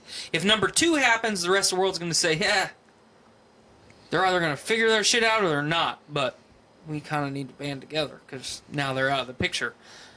Number 3, and then I would say number 4 is environmental concerns. Number 5, the Big Mac. The Big Mac. The Big Mac. Something. I would say the environmental concerns goes hand in hand with the extinction of man. Well, the environmental concerns directly go hand in hand with 1 and 2. Okay. Because, I mean, other than China and Africa and South America, who's fucking the planet the most? China is fucking the planet the most. Yes, but you also have to look at where they were in such a shitty state of economy and everything that they're just not getting caught up. Right. And they're actually producing more, like, solar panels and shit like that than anybody combined in the world. But they're also still dumping... They're also still doing that, like, yes. millions upon millions to the 10th power pounds of trash in the ocean per day, more than every other nation on Earth combined. Yes, but we used to do that back in the day, too. We did, but we don't. Yeah, that's true. They were like centuries behind us. Like if you look back at this Chinese like history, like back in the 50s they had fucking communes, which is insane. They're just now getting out of that shit. I learned about that the other day. I was like, I never even knew that it even happened. Like the government just like shut down to go to commune mode where no one had rights and you had to work for your commune to be able to, and then people would die to death from starvation and stuff like that. It was freaking nuts. Yeah, communism is fucked up. It was like one of the top 5 places to be alive would be the shittiest. It was like during that and World War I trench warfare. And I think another one was like in pre-Russia times. Literally anywhere, anywhere in Africa other than South Africa would be during the one, Black Plague too. was like number 5. So yeah. So that sucks. And they're just now getting out of that shit. That's kind of crazy. So the long-winded point that I'm trying to get to is not gloating because I'm correct, because obviously I'm correct about something that is awful. Did Jeffrey Epstein kill himself? Possibly. He very well could have. Yeah. That's fine. Did he do it of his own volition? Absolutely not. He was given an ultimatum. You kill yourself right now, and you will not have X amount of years of torment for the rest of your days. Take the easy way out. No brainer. I am not going to be tortured for the rest of my life by people that are very good at it. Ooh, yeah, that would suck. Not going to do it. In complete isolation, nobody even knows you're there. Exactly. You pick the easy way out. Hands down, no brainer. You got a lot of very powerful people about to be exposed by a very powerful man. That's testimony will carry a lot of weight. Mm-hmm. Especially for people like us, regular people. You're going to off him. Because you cannot let those words come out of his mouth. Anything that has not already came out of his mouth, you cannot let it escalate. You cannot let anything else go past the dam. And then it goes back to the thing, why would they... how do we know that he actually killed himself then? Like, who let the news out for that? Yep. How'd that become mass media? I mean, somebody in the prison... if you're going to take it at face value, somebody in the prison said something to somebody immediately. Yeah. You know? So they have the power to shut everyone up in that prison. Like, they have the money to do that. Oh, yeah. So... Somebody either went, fuck yeah, I'll take the money and still do it, just for my integrity, or something happened. So, like you Either said, they want you to know, if they want you to know. If they don't want you to know, you're not going to know about it. Yeah. So... But is this a case of, did the media find out on, like, without? Now we're getting to Alex Jones territory. Yes. Yeah, like, this is where it gets, like, really... Like I said, you should change the title to Epstein. You should do that. I mean, you should. The point about me bringing up the Alex Jones shit is just because something that someone says seems crazy or what's the word? Not in the norms does not necessarily mean that they're fucking nuts and it's wrong. Is Alex Jones nuts? Yes, we're all in agreement of that. He's fanatical, but he has some things that are Is he relatable. now 2 for 2? Yes! Did you see the video that I shared the other day of okay, so he released a video from InfoWars of just him going like this. Like, no words at all. Just him. Didn't he get shut down off YouTube? Yeah. Oh, yeah. Facebook, YouTube, Twitter. Apple. His own website, basically, now. Yeah. So, on his website, it was just a video of him, like, hey, you fucks. Tried to tell you. Fucking little kids. That's You got true. me removed from all your shit because you didn't like what I had to say. Hope you like fucking kids. I mean, he was inciting a lot of violence, to be fair. Okay. If he was inciting violence against Bill selling Clinton, his would it be protein okay powders? if he's fucking kids? It should be. Yeah. Blaine, if you were fucking kids, I would not be sitting in this room with you right now. I would hope not. I would not associate with you. I would not let other people I know associate with you. I would make my number one goal in life to ruin yours. That's fair. Sometimes you gotta incite a little violence. Yeah. But the way he was inciting violence was... Hey. His fan base was going up to people that apparently... That's not his fault. Sometimes He's not controlling them. He's not pulling the puppet strings. You could say the same about Trump, then. Well, I mean, yeah, but what Trump is doing is he's... what's the word? He's taking advantage of people who are uneducated, who are in areas where people are historically uneducated, and then you also have people in the field inciting that violence. So if you are uneducated about something, I can manipulate you any way that I want. But if I'm standing next to you, I have that much more power. That's true. If you're uneducated and you buy into the doctrine that I have, that's on you. That's not on me. That's on you. You chose to listen to what I have to That's say. going back to the podcast cultists. Mm-hmm. But absolutely, if I'm standing right next to you, holding your hand, saying, I'll show you the way, I'll beat these people with a stick. You, being the uneducated person, are going to see me, and then fucking pack tactics are going to take in, and you're going to say, you know what? I'm going to pick me up a stick, and I'm going to hit that motherfucker too. Yeah. I'm not that's- defending Trump. Do not misunderstand what I'm saying. No. The blame is on all of us, not just one person. Trump doesn't make me do bad shit. No. I'm uneducated. I don't have a college degree. I'm a dumb fuck, according to some people.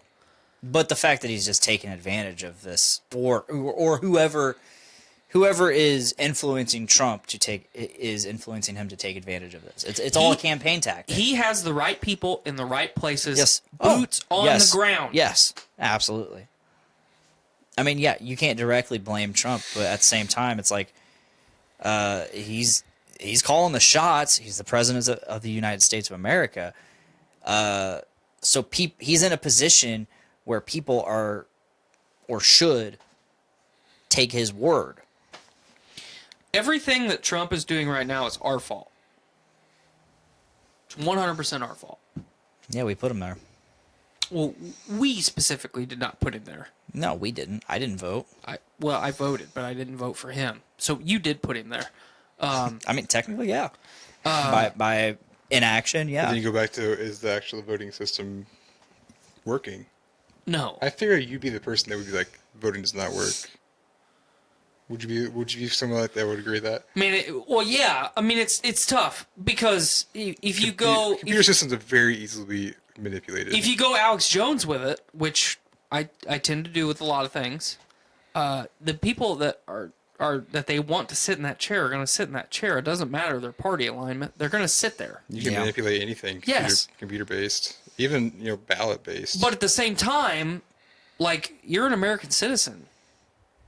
Like, it doesn't matter if your vote matters or not. It's your constitutional right and expectation on fucking voting day, to vote. on election day, I voted. to go fucking vote. And if you don't vote, don't bitch. Ooh. Which is not necessarily true, because there's a caveat to that. If you have a tyrannical fucking person in office, then you should bitch about I mean, it. I voted Libertarian. It's just me. I did too. You guys went Gary Johnson? Mm-hmm. Even though Gary Johnson's a fucking crazy motherfucker. He is a nutso. Crazy motherfucker. He's a crazy but dude. I couldn't vote for Trump or Hillary. I couldn't No. I could do either one. I could. And that's what I was wanted trying to to vote. tell people. Despite the fact that I knew for a fact I wasn't going to vote at all, I was trying to tell people, Would it you have been better don't have if Gary to vote. Johnson was into office? I don't know. Yes. This like It would have made the state waves. of difference we're in. It right would have, now. because a non-Republican or Democrat, like, we have a two-party system, despite the fact that there are other parties. Mm-hmm. We have a two-party system. Like, the only two parties that ever get any notice are the Republicans and the Democrats. And Libertarians are there. The Green Party is there. It's crazy though when this is like that Joe Rogan podcast with Bernie Sanders. Mm-hmm. Like they gave him like 20 fucking seconds on TV. Yeah. To state their claim of whatever they're going to do, and then they just Or cut them off. respond. Yeah, it's just crazy how they 12 They don't give a seconds. shit. They don't give a fuck. There's all. They It's said all for the 12 media. seconds. So, and how like other countries will block out hour or 2 hours for that one congressional, not congressional, but like the delegate. The debate. Yeah, the debate. Well, they'll do it for one guy. Like, okay, so the Democratic Party they did Bernie Sanders. They give him an hour on TV, just him, to tell about what he's going to do. Now we have it where we're doing 12-second responses. So- And they want us to make a decision based off of that. So to add a little more to that, I don't know if you guys saw it, but a couple days ago, Joe Biden did a press conference. He said something about white kids. Yeah, so Oh where my he God. Howard Deaned his campaign, which is sad because I'm glad you used that phrase. he will still he will still fucking be one of Oh the my dudes God. that's like he'll still be holding his torch on the island Yeah, when it but comes he- time for the Yeah, last. Yeah, vote. he will. But he said that He's a safe bet for the he said Democratic that poor convention, kids deserve the same benefits basically that white kids do. which inadvertently is saying poor kids are not white. Yes. And if you watch the entirety of the video, he says that, and then you see the light bulb fucking trip Oh, in yeah, his and mind. I And then he watched. says, and Asian, and Hispanic, and black, and, then he goes through the whole Oh, yeah. whole spiel. Spectrum. He tried to course correct. But at the same time, He you're made still a saying that mistake. white It's too people late. are Yes. the top tier. Yep. Like, you're saying white Now, people are if supreme. Trump said that, nobody would blink a fucking eye. Right. And he does that on a daily fucking basis. Right. Yep. It's pretty bad, but Continue this conversation. I need to evacuate. But you're the heart and soul of this. Keep it going. Alex Jones Jr. You are the current in the river. Yeah, and you see all these. Yeah, I'm saying all these different metaphors for flowing things because you have to pee. Yeah, I'm going to piss. Yeah, it's the same thing. If when Trump says it, it's okay because he has fanatical followers, which I can't say very much because I live in a country I live in a county where we have like 34,000 people in Montgomery County, which was the population of Lafayette, like 100,000, 150,000. Yeah, you guys. 170,000. So, Tyler yes. says from the pisser. So everyone out there, obviously is a Trump supporter because you want to be with your neighbor and you'll be with them. I was There's actually very, very little left-wing people Yeah. in my county. I'm probably one of the very few. I actually come from a family of Democrats. Or at least they ran Democrat locally. But they probably. I never aligned. grew up in politics, so I don't know what my parents stand. My but grandmother, and when I was in first grade, my grandmother ran for county treasurer, and then my grandpa, and when I was in second grade or third, ran for Carroll County councilman. Yeah. So I mean, I told Nicole when I moved to Crawfordsville one day I'll be the mayor. But I doubt that ever happened. But a I guy don't know how hard that would be. a guy that graduated a year ahead of me is now mayor of Delphi. See, yeah. And, Was that comedian that's like a mayor of a random town like Oklahoma or something? Oh shit, I don't know.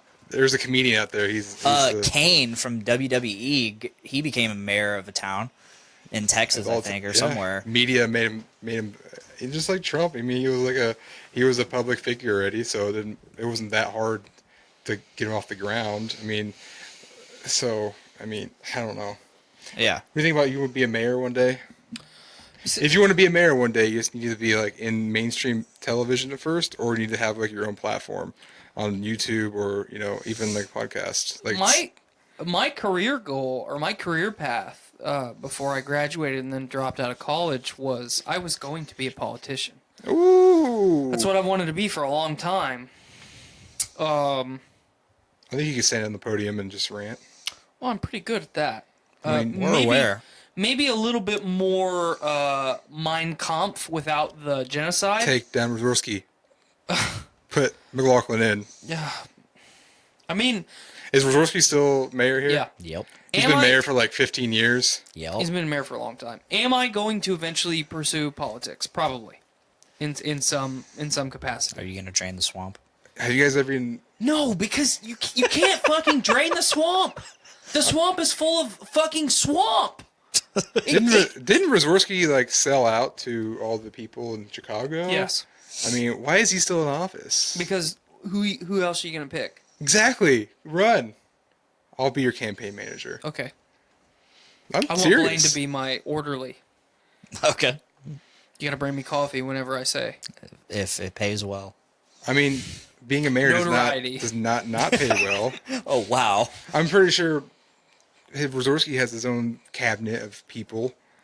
He's got to. If he's been in office this fucking long, this is just there's got to be like somebody that's went against him in the past. Well, I'm sure. I mean, on the ballot, there's got to be another guy. There are people that have ran. And against nowadays, him. it shouldn't be hard at all because you have mass media like podcasts, YouTube, Facebook, of all places you can run your campaign on, and it wouldn't be that hard. Right. And then just get a sign company to make you 1,000 signs. Put in people's. Just do it. I'm sorry. I'm just trying to make you do I something. mean, if you can pay me more than Subaru. What? I'm guarantee you'll pay more than Subaru. It's politics. I mean, yeah. We can make a couple crooked You could deals. do it on like $3,000. I said earlier much is that I that- would take $2,500 from some dude want me to review this microphone. I think it should be done. I mean, Get a millennial in there. all you. How old is Rorski? Like fucking 60? No. Like, he's got to be old as fuck. He's not that old. I don't know. I know Mayor tell Todd you. Barton in Crawfordsville has been there fucking forever. But he just Mayor of Frankfurt's been there for quite a while. he just did was this really- retarded thing where he increased residential taxes by like twofold and then decreased commercial taxes by half. That's how he made it work, and it fucked a lot of people out there. And he's still mayor, so people still vote for him. There's no opposition out there, so I'm like, yeah, I'll become mayor, Crawfordsville. You missed that whole part, didn't you? I was like, No, I was listening. like one day I wanted to be mayor of Crawfordsville. My wife said, "You're crazy." I'm like, watch me. Just do it. You gotta start small. Can I be your vice mayor? You can either start small or go straight for the fucking mayor seat. Doug Dibadome. So my friend Shane is the mayor of Delphi. Shane Evans. See, he can help you. From what I've seen, I think he's done a fantastic job. Delphi looks fucking beautiful. There's also a very young mayor in Yeah. Frankfurt right now, but he fucked the entire economy out there. I He put him in can't. debt. He put him in debt like a fuckload. Cannot Built comment. all this shit. Cannot comment. That's It's all I've heard. Same shit with Delphi. He took a bunch of contracts. The government, the Indiana state government, gave Delphi, Indiana, X amount of money to rejuvenate their downtown. Downtown looks fucking beautiful. There are several new businesses down there where it was dead years ago. Mm-hmm. And then Everyone's probably going against him because he spent money. see. I mean, it was a nightmare while it was happening because that's like the center of Delphi. Delphi like is not very big. I mean, No, it's you not- got it's not Indiana giant. Packers out there. That's probably it. It's not giant. It used to have Anderson's, Globe Valve. It used to have Globe Valve back in the 90s. And like these small rural towns, they rely on corporation money. Yep. So when all those went out, except for Packers and Anderson's, the city started dying. Now downtown is, like I said, it's one, it looks beautiful. Two, there are several businesses where there used to be several empty lots around the courthouse corner or square, and I'll go to lunch with my dad about every other Sunday, and he'll tell me like if we ever get on the subject of Mayor Shane Evans, he'll tell me like, I can't wait for him to be out of there, and people of Delphi are not a big fan of him. I'm like, why? Delphi's fucking flourishing right now. Right? Like, they all have this mindset. People are out. I see people out and about in Delphi. Whereas before, I would just see like the same like fucking trailer trash sitting on the courthouse corner. Is it because is he like a blue? Is he blue? Is he Democratic or something? No, I think my dad's more conservative. No, is Shane. Oh, Shane? I don't know where he lies. Because the thing would be going under the ruse of a Republican nominee and then doing Democratic things. I don't. Because you would never get elected out there if you were Democratic, or even in Delphi probably. They'd be like, well, like nowadays it would never happen. Again, like I said, both of my grandparents ran blue. Yeah. They were both Democratic candidates. Both of them lost. Yeah. But that was back in the I have views 90s. on both. I mean, there's things that you should take for both parties and do, and shouldn't be an ultimatum on one thing or another. So, I agree with a lot of Republican views and a lot of Democratic views. I mean, I went to school for same. alternative energy, and a lot of Democrats think that's retarded. And I mean, you could see, like, if you look at it in dollar standpoint, I guess you could say that, but you're not looking in dollar standpoint. You're looking in advancing the future. So. Mm-hmm. But a lot of people don't like that. And it's starting to become a lot more viable. Yeah, I mean it's down in price. There's shit's more. It's more affordable. We're finally crossing that threshold of it's better. Yeah. Especially with all these coal mines shutting down, and how Trump's like, I'm gonna get coal jobs back, and he's gotten like 200 back. Clean coal. Clean coal doesn't exist. Unless you have scrubbers, and those they usually work that well. But you go back to China, like they're burning coal. Why can't we? And that's a shitty point to look at. Yeah. That's just like, he's doing meth. Why can't I fucking do meth? Like, yeah, obviously it's bad. That's why we don't do it. Like, come on, we're more advanced than them. And Jesus Christ. But yeah. Yeah. What's that one thing where someone's like, why is Narcan free, but my insulin costs $7? Like, we shouldn't be against each other on that. It should be, we're helping each other out. Like, come on. Yeah.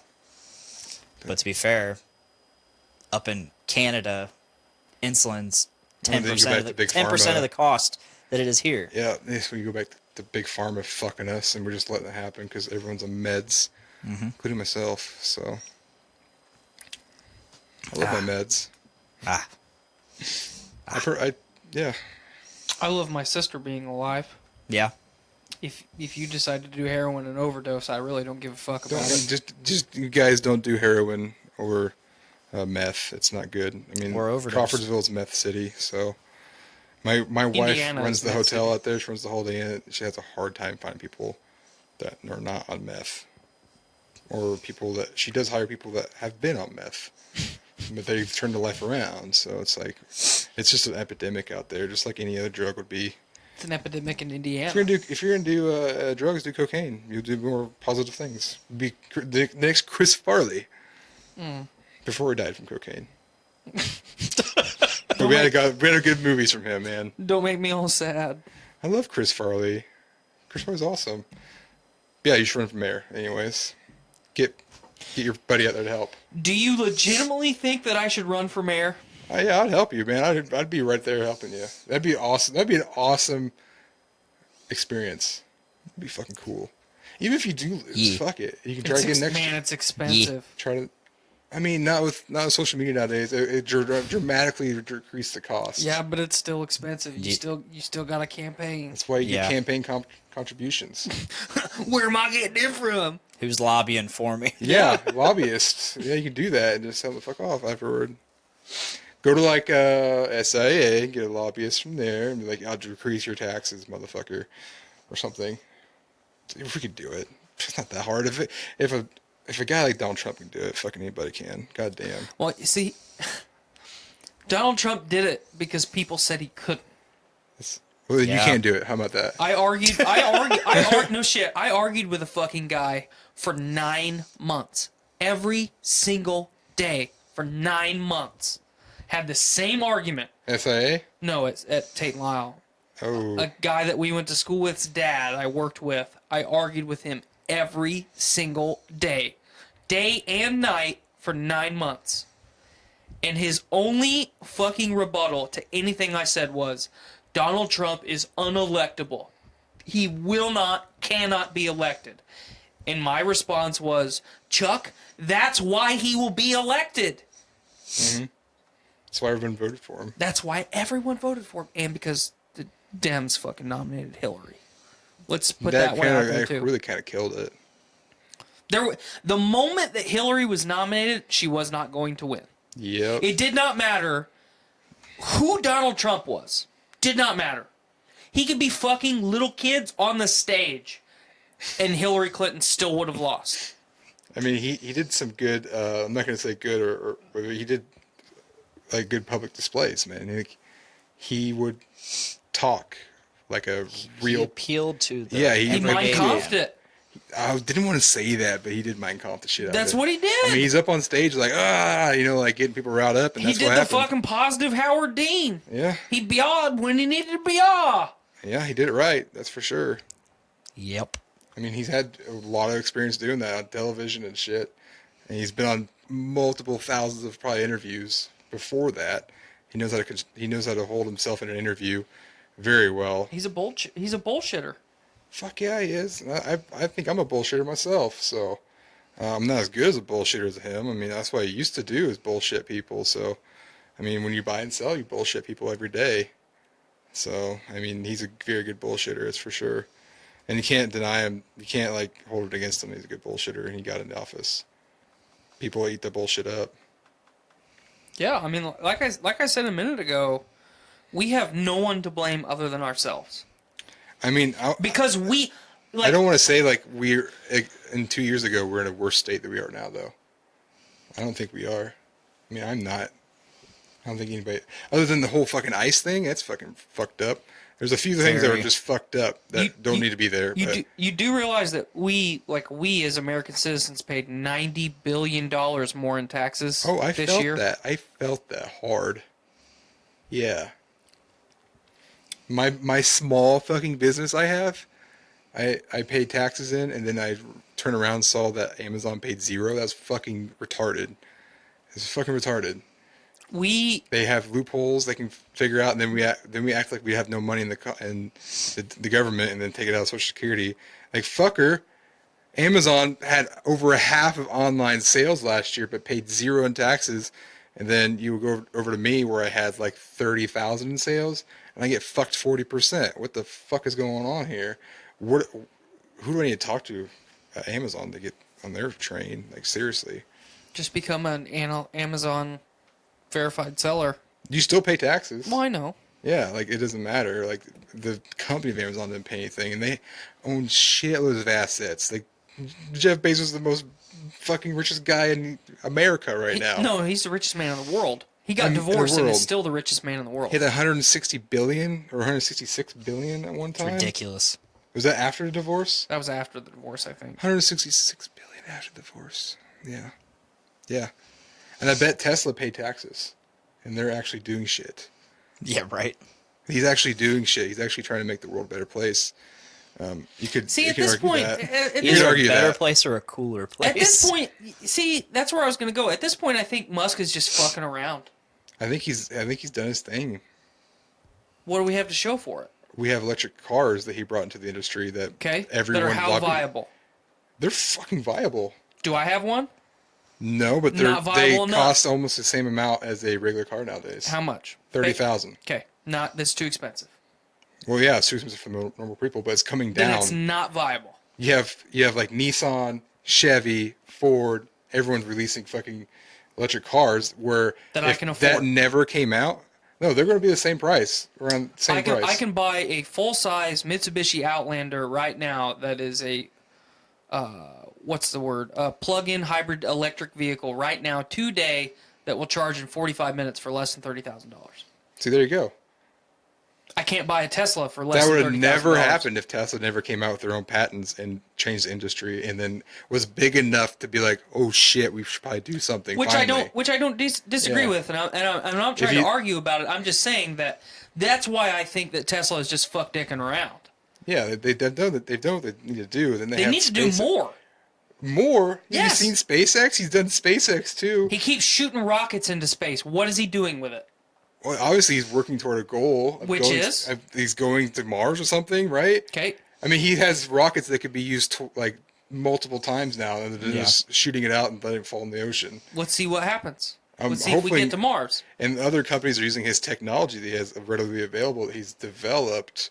Like, you can't not say he's not done that. I'm He's not done saying, a lot of things.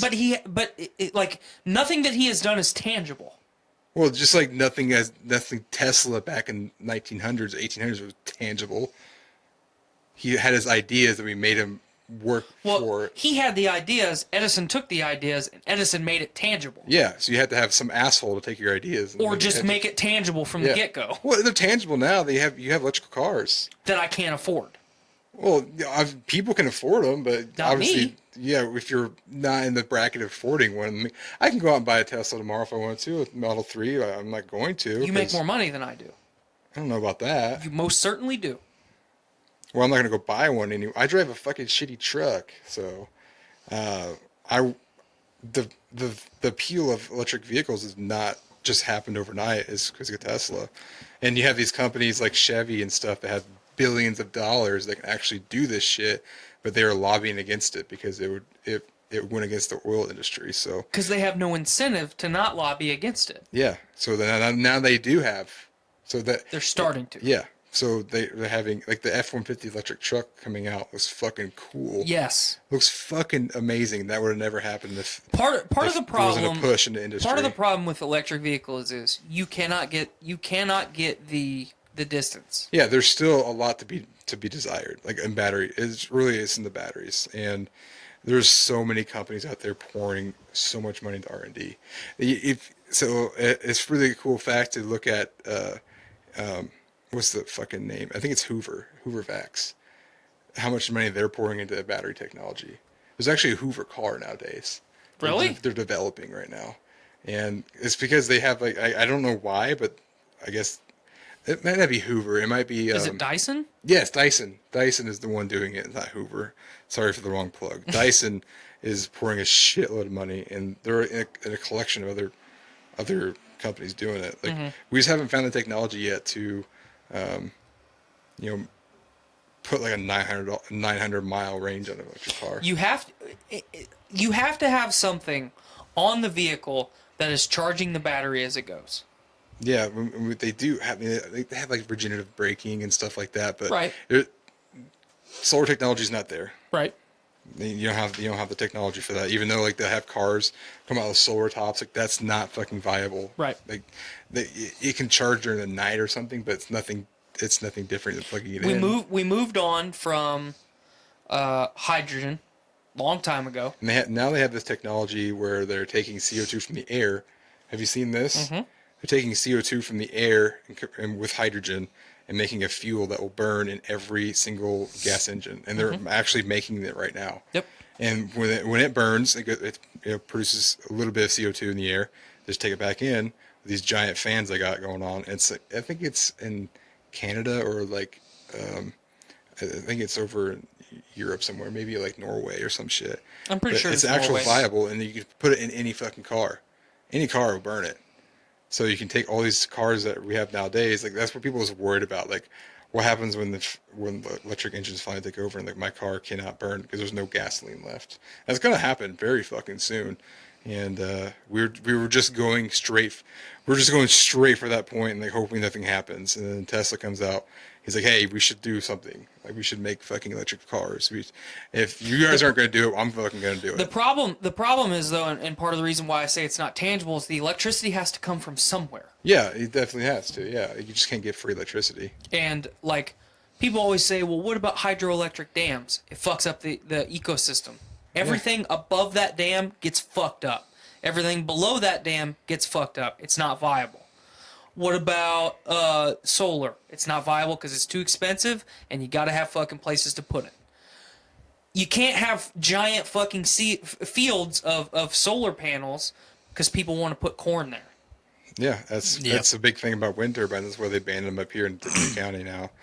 And people say it's an eyesore, but there's also not enough land because people are building houses at the rate it's fucking ridiculous. Mm-hmm. My program is new construction for Vectron, and one of my builders, just one, there's like 10 or 15 giant commercial builders building 100 houses a month in around Indianapolis. Mm-hmm. That's just one builder. So you take 10 of them, 1,000 houses per month that are getting rebated that actually count as rebates. There's another half of those that don't get to the point where they're rated for a rebate. So that's how many houses are being built per fucking month. In Indiana. In Indiana. In one city in Indiana. In Indiana, there's suburbs being fucking built overnight because those suburbs, the land gets sold out and then either one company buys all the land or it gets divided into different companies. Parcels.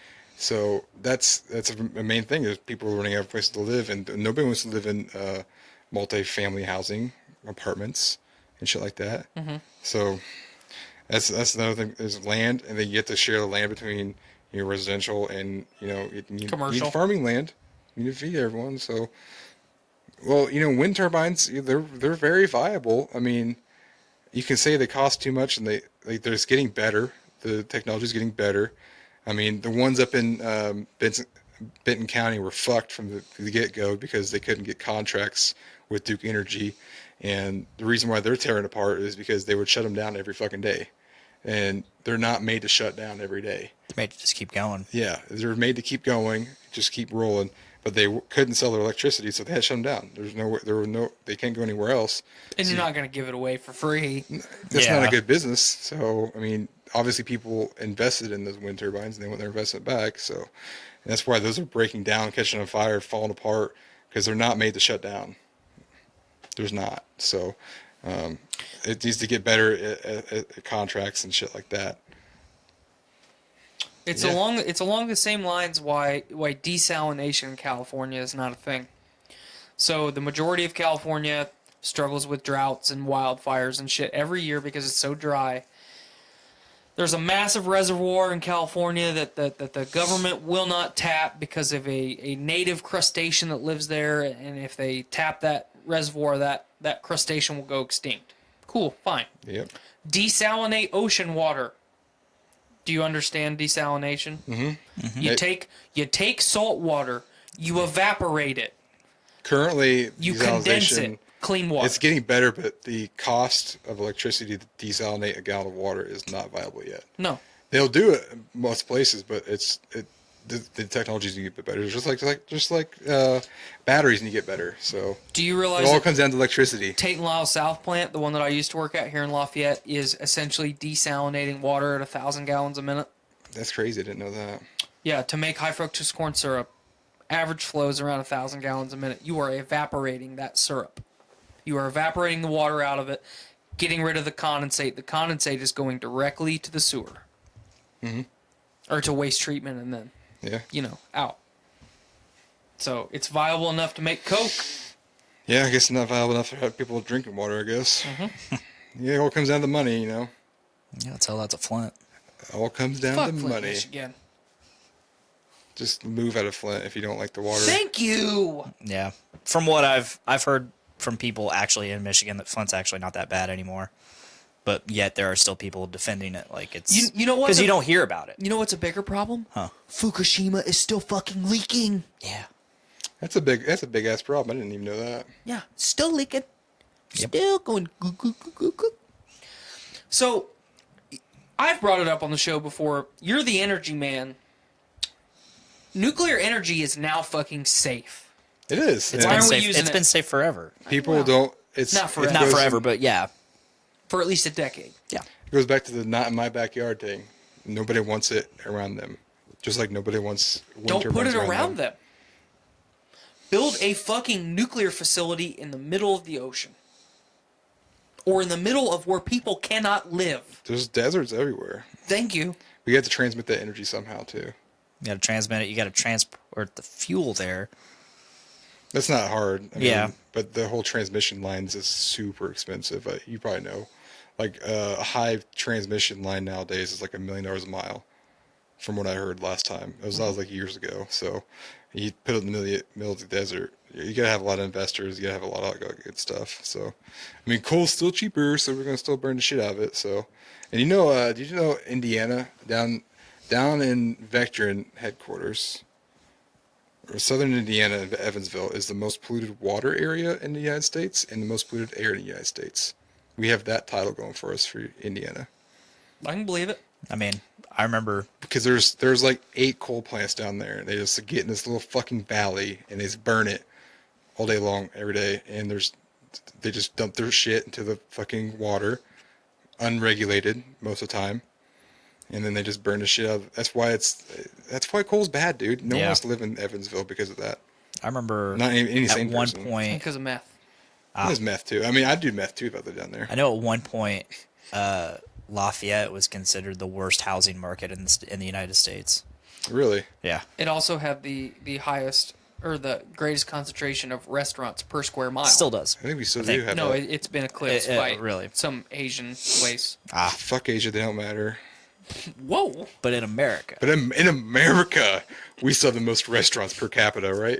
Is it per capita or It's per per square mile? square mile. Okay.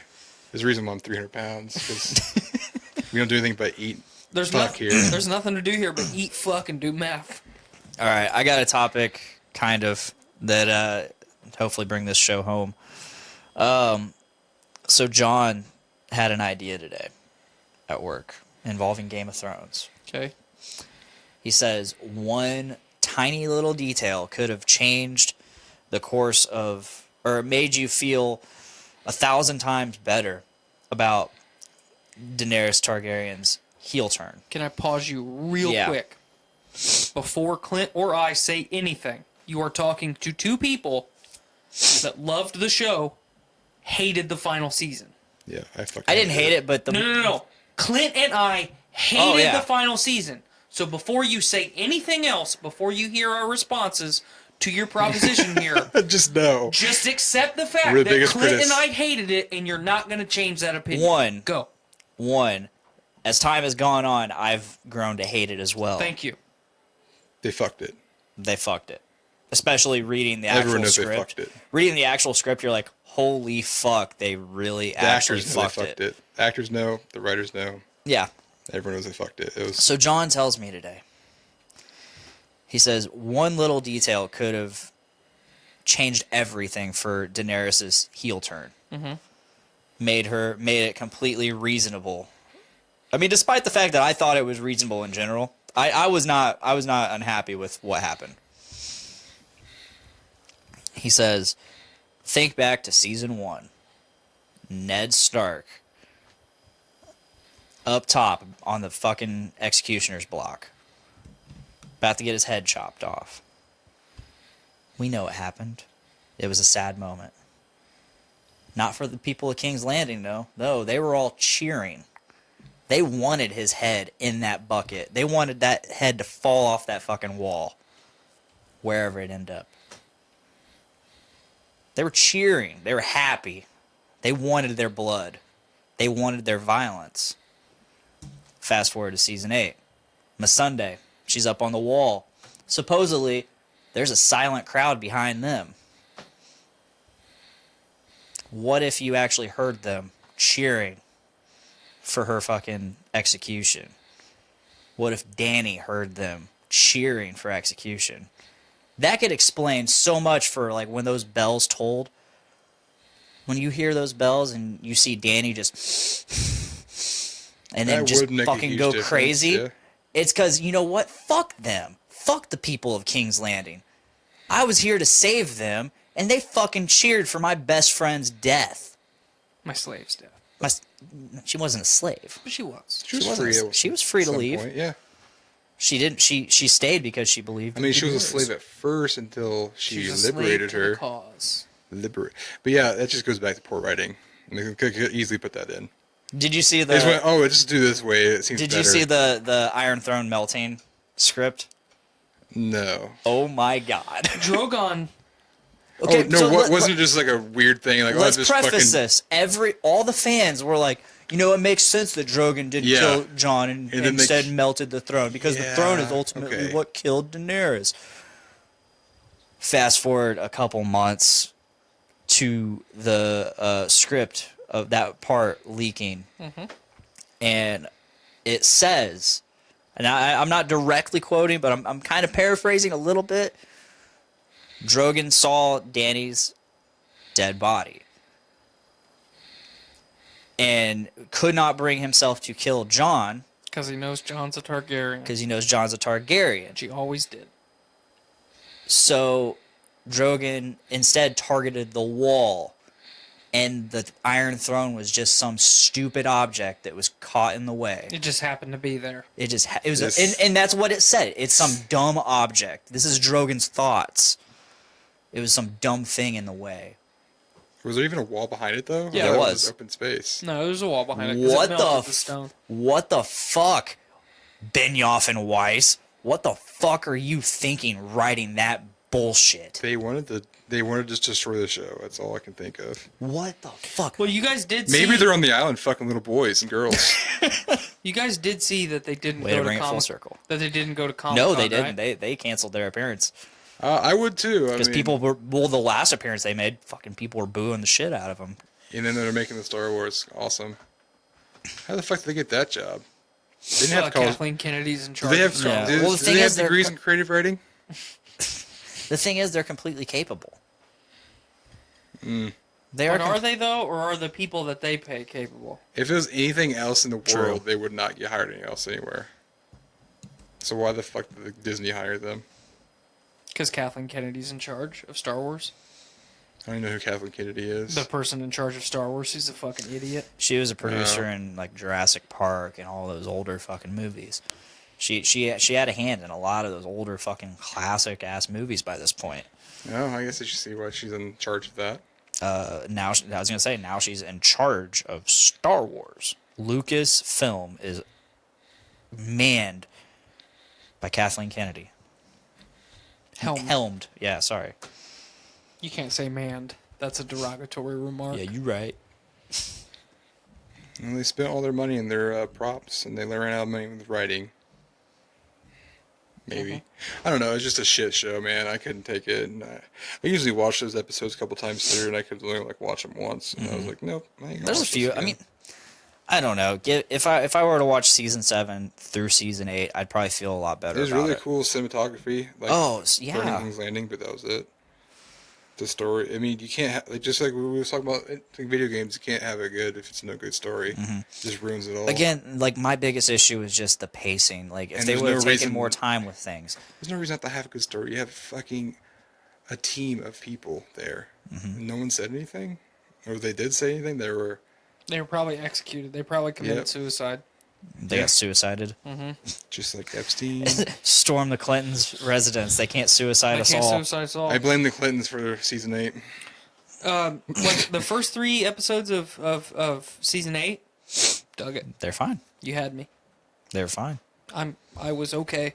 They could have stopped there and be like, okay, it's cool. The way that season 7 ended, you know, in season 7 you've got episodes like Beyond the Wall, Which were fucking incredible. oh man, Fucking incredible. and then like episode 2 of season 8, how it ends with the preparation up to the Battle of Winterfell. That's good. With Podrick singing, and you get all those different scenes, and you are immersed.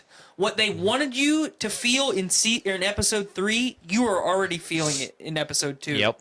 And then you take away the shoddy cinematography in episode 3. God, that was so It did not awful. need to be that dark. No one No. can feel that amount of immersion, because if you wanted us to not see shit, just don't do those scenes, because we can't see it. You was thinking everyone's gonna like die in a I've brought heroic this up. battle, and they all survived being ambushed. I've brought this up before, but I watched like the behind the scenes of Varys' execution, and they showed like all the CGI that they did. So they actually have the full dragon animated in that scene, and then it's shrouded by darkness, layer of darkness, layer of darkness. It's like, why even bother animating the full dragon? Right. I mean, you don't need the full dragon animated to have those little cross points to make it move correctly. Or as far as I know. I mean, I'm no fucking CGI expert, but I'm not an animator either. what the fuck? It just... That's just a common thing you could just point out. Well, and like Arya killing the Night You King. don't have to be an animator to okay. do that. I was okay with it, okay. but that is strictly and most certainly 100% just, here you go, fans. You better get your sucking in while you can, because the rest of the season you're not going to like it. Yeah. That was strictly just to fucking jack off the fans. Yep. I don't think that would be his Martin's storyline. How season 8 ended.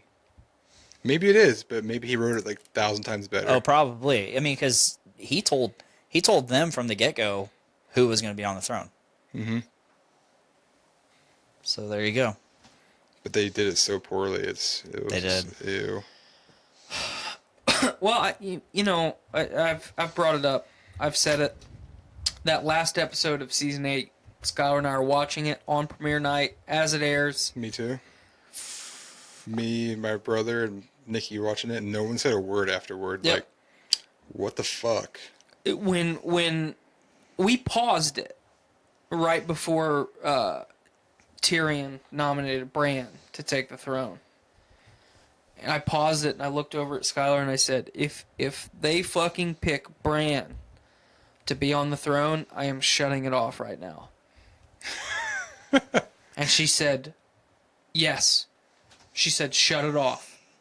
Because I made her watch Game of Thrones. Yeah, you did. And she fell in love with the show. You know, she hated season... lore and all that good stuff. She hated season 1, hated season 2, season 3. She's like, okay, I'm really into this. You know, we're watching minimum of 3 episodes a night to get caught up. And, you know, she got really invested in a lot of characters, and she knew how invested I was in Jorah. Jorah was my favorite character on the show. Bronn was my number 2 guy, and they fucking ruined him. Yeah. I don't think they ruined They him. did! I don't think they ruined him. You took one of the characters with the most screen time in the show, and the most screen time he has in season 8 is the last episode? Okay, that's kind of bullshit. I will agree with that. That's fucking dumb! I thought you were going to go the small council direction, where you hated his lines and stuff. I hated That all was of so their cheesy, lines. though. That was I so loved fucking it. cheesy. I love that Jesus. scene. It was fucking dumb. I loved it. All right, for the rest of the show, This does not go with the rest of the show at all, though. Like, the rest of us, there's- or the rest of this episode, every one of us has to talk in third person. Look, Nope, third person.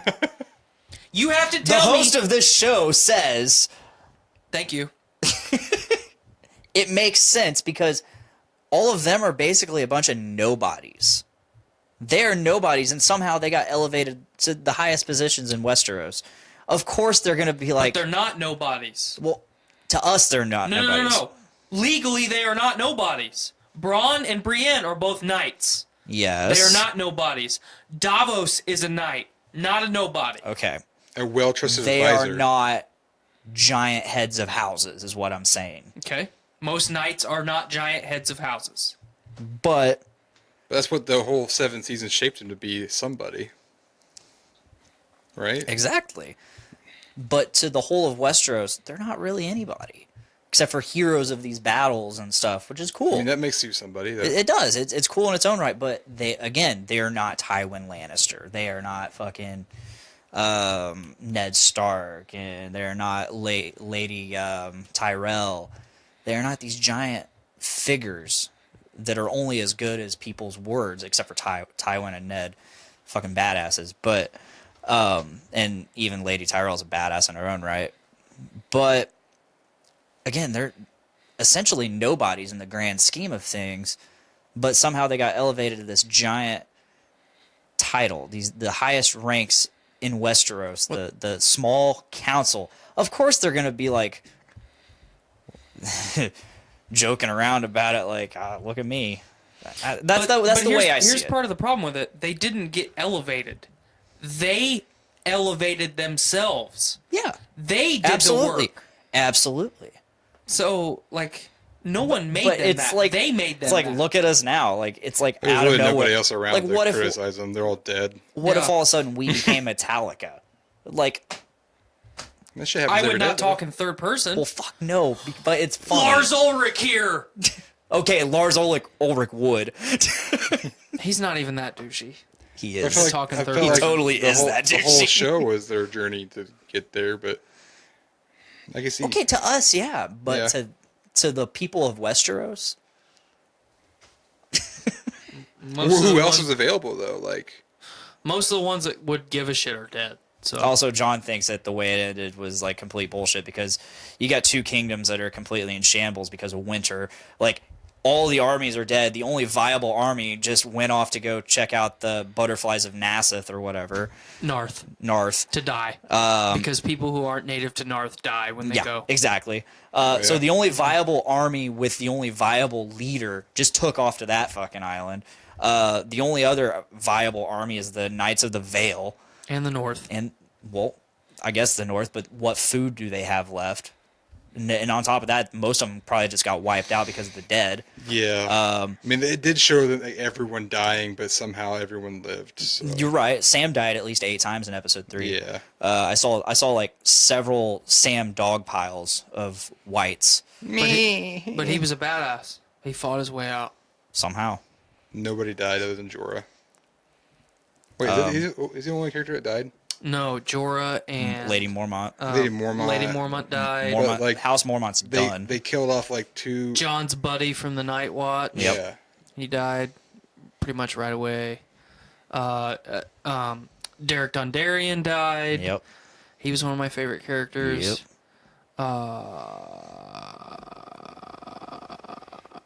Who the fuck is in the Night's Watch, by the way, when Jon gets back? There's nobody there. Just a couple Exactly. people. Exactly. It was a fucking shoo away. Go Get be out- where you want to be. Get out of here, Unsullied. We're punishing him. See, it was a hollow It was punishment. dumb. It was a hollow punishment because in the end, that's where he wanted to be, anyways. It was dumb. But it's what we wanted for him No. to an extent. No. We wanted him to go to the north with Ghost and Tormund. You make Jon king of Westeros, and then you allow Jon to make the decision, as he's always made, You're not to wrong. step down You're not wrong and say, because he doesn't want it. "This is who I nominate I don't as want it. king. I'm going. I don't want it. I'm bamping the fuck out." And then he goes up with Tormund and Ghost gets all the boop snoots and all the snoot boops. They had this opportunity to make it like a Star Wars cultist-esque thing, and they fucked it right in the ass. Yeah. Fucked it hard. They and just- grabbed it. They grabbed it by the hips. yes. And they shoved it into the dirt. and they fucked threw it away. They threw it away in the ocean with all their trash, They fucked and it. nobody fucking cares anymore. That's how I see it. But This is fuck. the first time I've talked about Game of Thrones in months. I know, and Nobody gives a fuck. I Nobody wanted to bring it cares. up to you guys because both of you watched it. Clint, you I were here played for Game of King Thrones Chair. miniatures. I still do sometimes, but I just don't give a fuck about it anymore. So How is that miniatures game, by the way? It's fun, but now that this happened, it's just like Do the miniatures games come, or the miniatures? it's all come based off the painted? books though, so it's good. Do the miniatures come painted? No, What a fucking crap. I do not paint miniatures either. So it's fun though. You have like little, you create your own battles. And It's stuff, a tabletop war game, Yeah, it's like like Warhammer. 40K. It's the first one I ever played like that. I don't really get into those. If you're listening, Tyler has explained his disdain for painting miniatures on Journey into Comics. I will not do that. I won't do that. I don't fucks with them. Yeah. I don't have the patience, time, or the dexterity. I'm really glad I got to actually talk to Clint about Game of Thrones because he didn't really get a chance to when he was here for Game of King Chair. No, you kind of fucked him. I was in the back. Well, one, I didn't know a certain somebody was going to be there.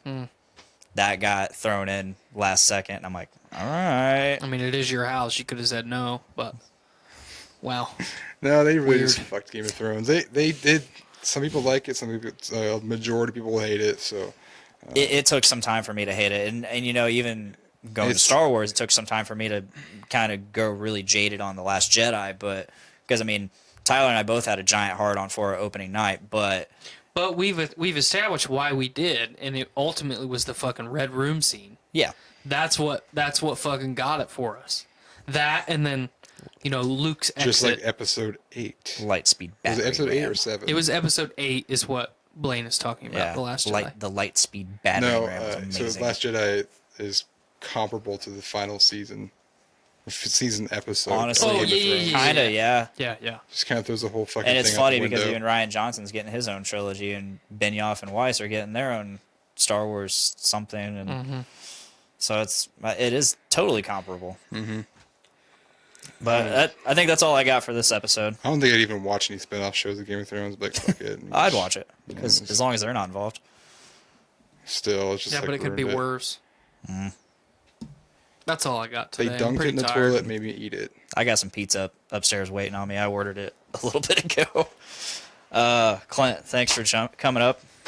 Like, no problem. It's always great having you on the show. It was good for 3 people. I mean, any more than 3 is getting a little crazy in here.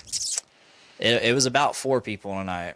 Yeah, if Alex was here, we wouldn't have talked about 90% of the stuff we talked about. It would have just been crazy, but it would have been fun. It would have been fun. It's always fun with I was her. sad when you said she wasn't coming. Yeah. We'll get her next time.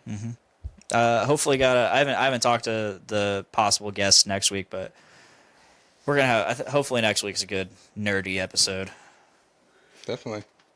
So, with that being said, thank you guys for listening. Thank you guys for watching. Plugs were at the beginning of the show. I'm not going to fuck with that. Check us out. We don't fuck with that. Check us out live every Tuesday. Facebook, YouTube, Twitch.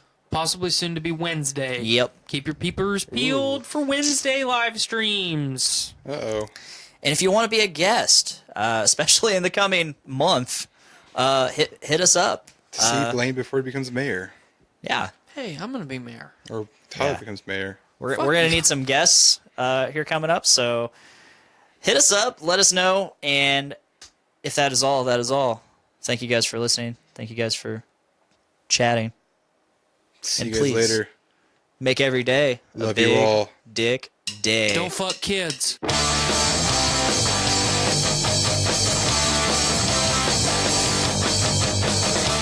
up this morning with my dick in my hand. Girl is to the right of me, just like I planned. It's gonna be a big dick day. It's gonna be a big dick day. It's gonna be a big dick day. It's gonna be a big dick day.